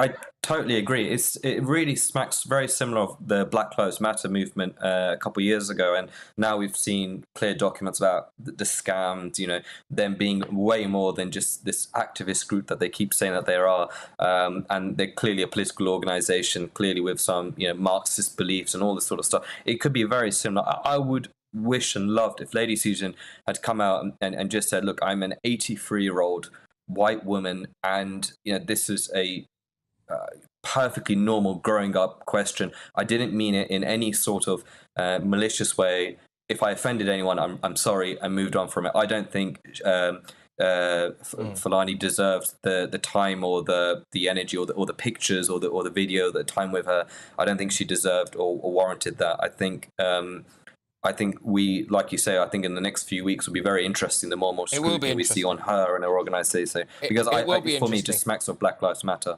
It will be fascinating, and I think it's very interesting as well to see what Ngozi Fulani has done, Marlene has done, because supposedly Sister Space is taking a step back. They're saying it's due to the hate that they've received. I can't help but wonder whether or not there might be something a bit more to that. We'll have to wait and see, Sunil, but no doubt you and I will be waiting with interest when it comes to all that stuff. Sunil, great to have you on the show, as always, my good man. Sunil Sharma, their Chief Operating Officer of Conservative Friends of the Commonwealth. Now, this show will be nothing without you, and joining me are two of our very own GB News viewers. We love getting you on the show. I love hearing from you. We've got Malcolm from Lincolnshire, I believe, and Judith from Yorkshire. Good stuff. Great to have you on the show. Malcolm, I'll start with you. Look, the big story in town today is this apology to Ngozi Fulani from Lady Susan Hussey. What do you make of it, Malcolm? I'm absolutely flabbergasted, and I'm absolutely disgusted that she's been forced into this situation. The lady has given a lifetime of devotion to the royal family and especially the Queen, and she's been thrown to the wolves by a comment or an accusation by someone that seems of very little credibility. It's shameful what they've done. What I wanted to see... Sorry. Go on. No, you go on, finish it. Go on, finish. What do you want to say? What I wanted to see before this has come to light is actually someone from the palace, especially King Charles, to stand up and actually make a statement to try and put this rubbish to bed. Okay. All right. I really do, and I'm disappointed. I'm going to park... I get that. I'm going to park it there, Malcolm. But you, Judith, I can see you're itching to get involved here. What's going on for you on this? Well, I'll tell you what's going on. I was asked to come on and talk about the train strike, and suddenly you've asked me to talk about this. No, it's because the big... I'll tell you what, we'll do it on train strikes with you then. Sorry, Judith, I wasn't aware of that. That's absolutely fine. If you don't feel comfortable talking about this, it doesn't bother me at all. We can just ask you about the train strikes. We've done a lot about the royal race stuff. Let's ask you about the train strikes. How do you feel about them? Gutted, fed up. It's been devastating for me, but and for millions, you know, in this situation where you've not been able to travel, when you've had very important appointments to So have you lost out? You've lost out, have you, as a result of the train strikes, Judith? Massive, absolutely massively, Patrick. It's been quite traumatic for me, not being able to get down to London for hospital appointments. This is the third one. It's the third time. It coincidentally came. It was the same time as the strikes. But to get an appointment with this particular consultant, it's probably easier to speak to King Charles. I don't know, but you know, to get these appointments and then to not be able to go has really had a big impact on me. Well, I'm very, very sorry to hear that, Judith. And I mean, I suppose that's the real world. That's the real world consequence, isn't it, of what's been going on and all of these knock-on effects. And you know, I think when it comes to healthcare, people have, like me probably, have been focusing a lot on the NHS strikes, but actually the rail strikes have an impact on healthcare as well, don't they? People say, well, look, I do really hope that you managed to get yourself sorted, Judith. All the best. And sorry to very nearly spring a big royal race row on you there. I'll tell you what. But Malcolm, I appreciate your views as well on that. Look, both of you, thank you very much. I hope to have you back on the show again very, very soon. Malcolm Whiting there from Lincolnshire and Judith Broadbent from Yorkshire, initially on the royal race round, and then veering into rail strikes. An eclectic mix here, ladies and gentlemen. We don't mind a bit of that. Right, OK, I am moving on. It's a bit tight for time. There's one I wanted to squeeze in because almost half of Brits have recently been somewhere where they've been actively discouraged from using cash.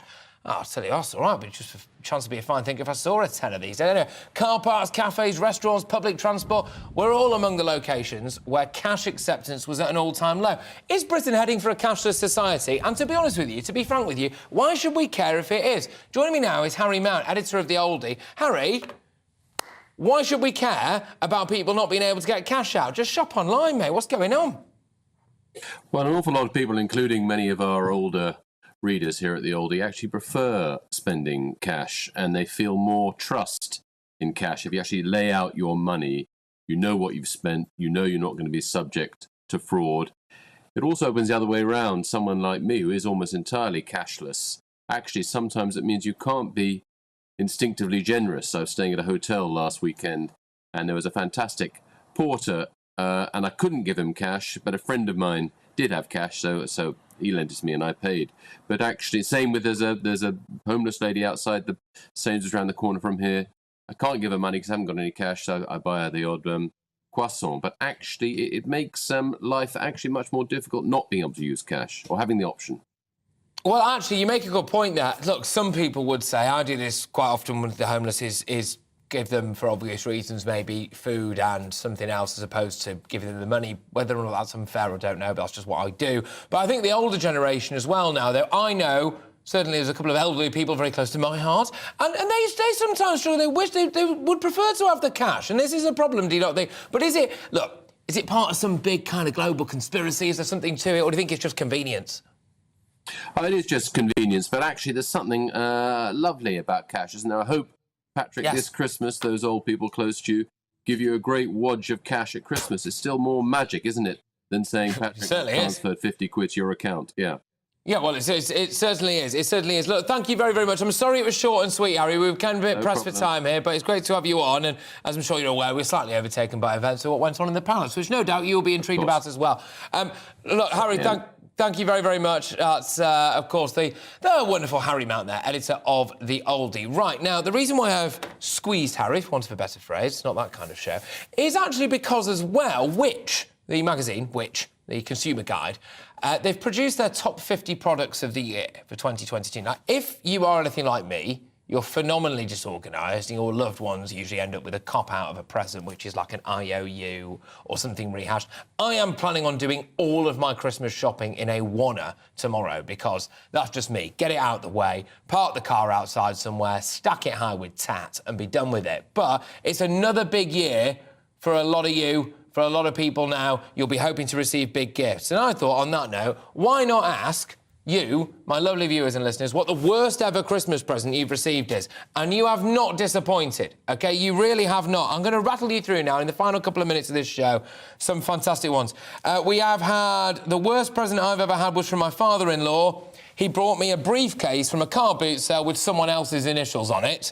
And that is from Susan. No, sorry, Stacey. Stacey, thank you very much. Don't sue me, all right? Don't sue me, Stacey. Right. Hi, Patrick. Many years ago, when the kids were at infant school, the school used to hold a penny sale at Christmas. Parents donated things to sell. Children took pennies to purchase the gifts for the parents. Right, fine. One year, my hubby donated his least favourite tie, only for the child to buy it and give it to him for Christmas. That's from Anne, and I can only apologise.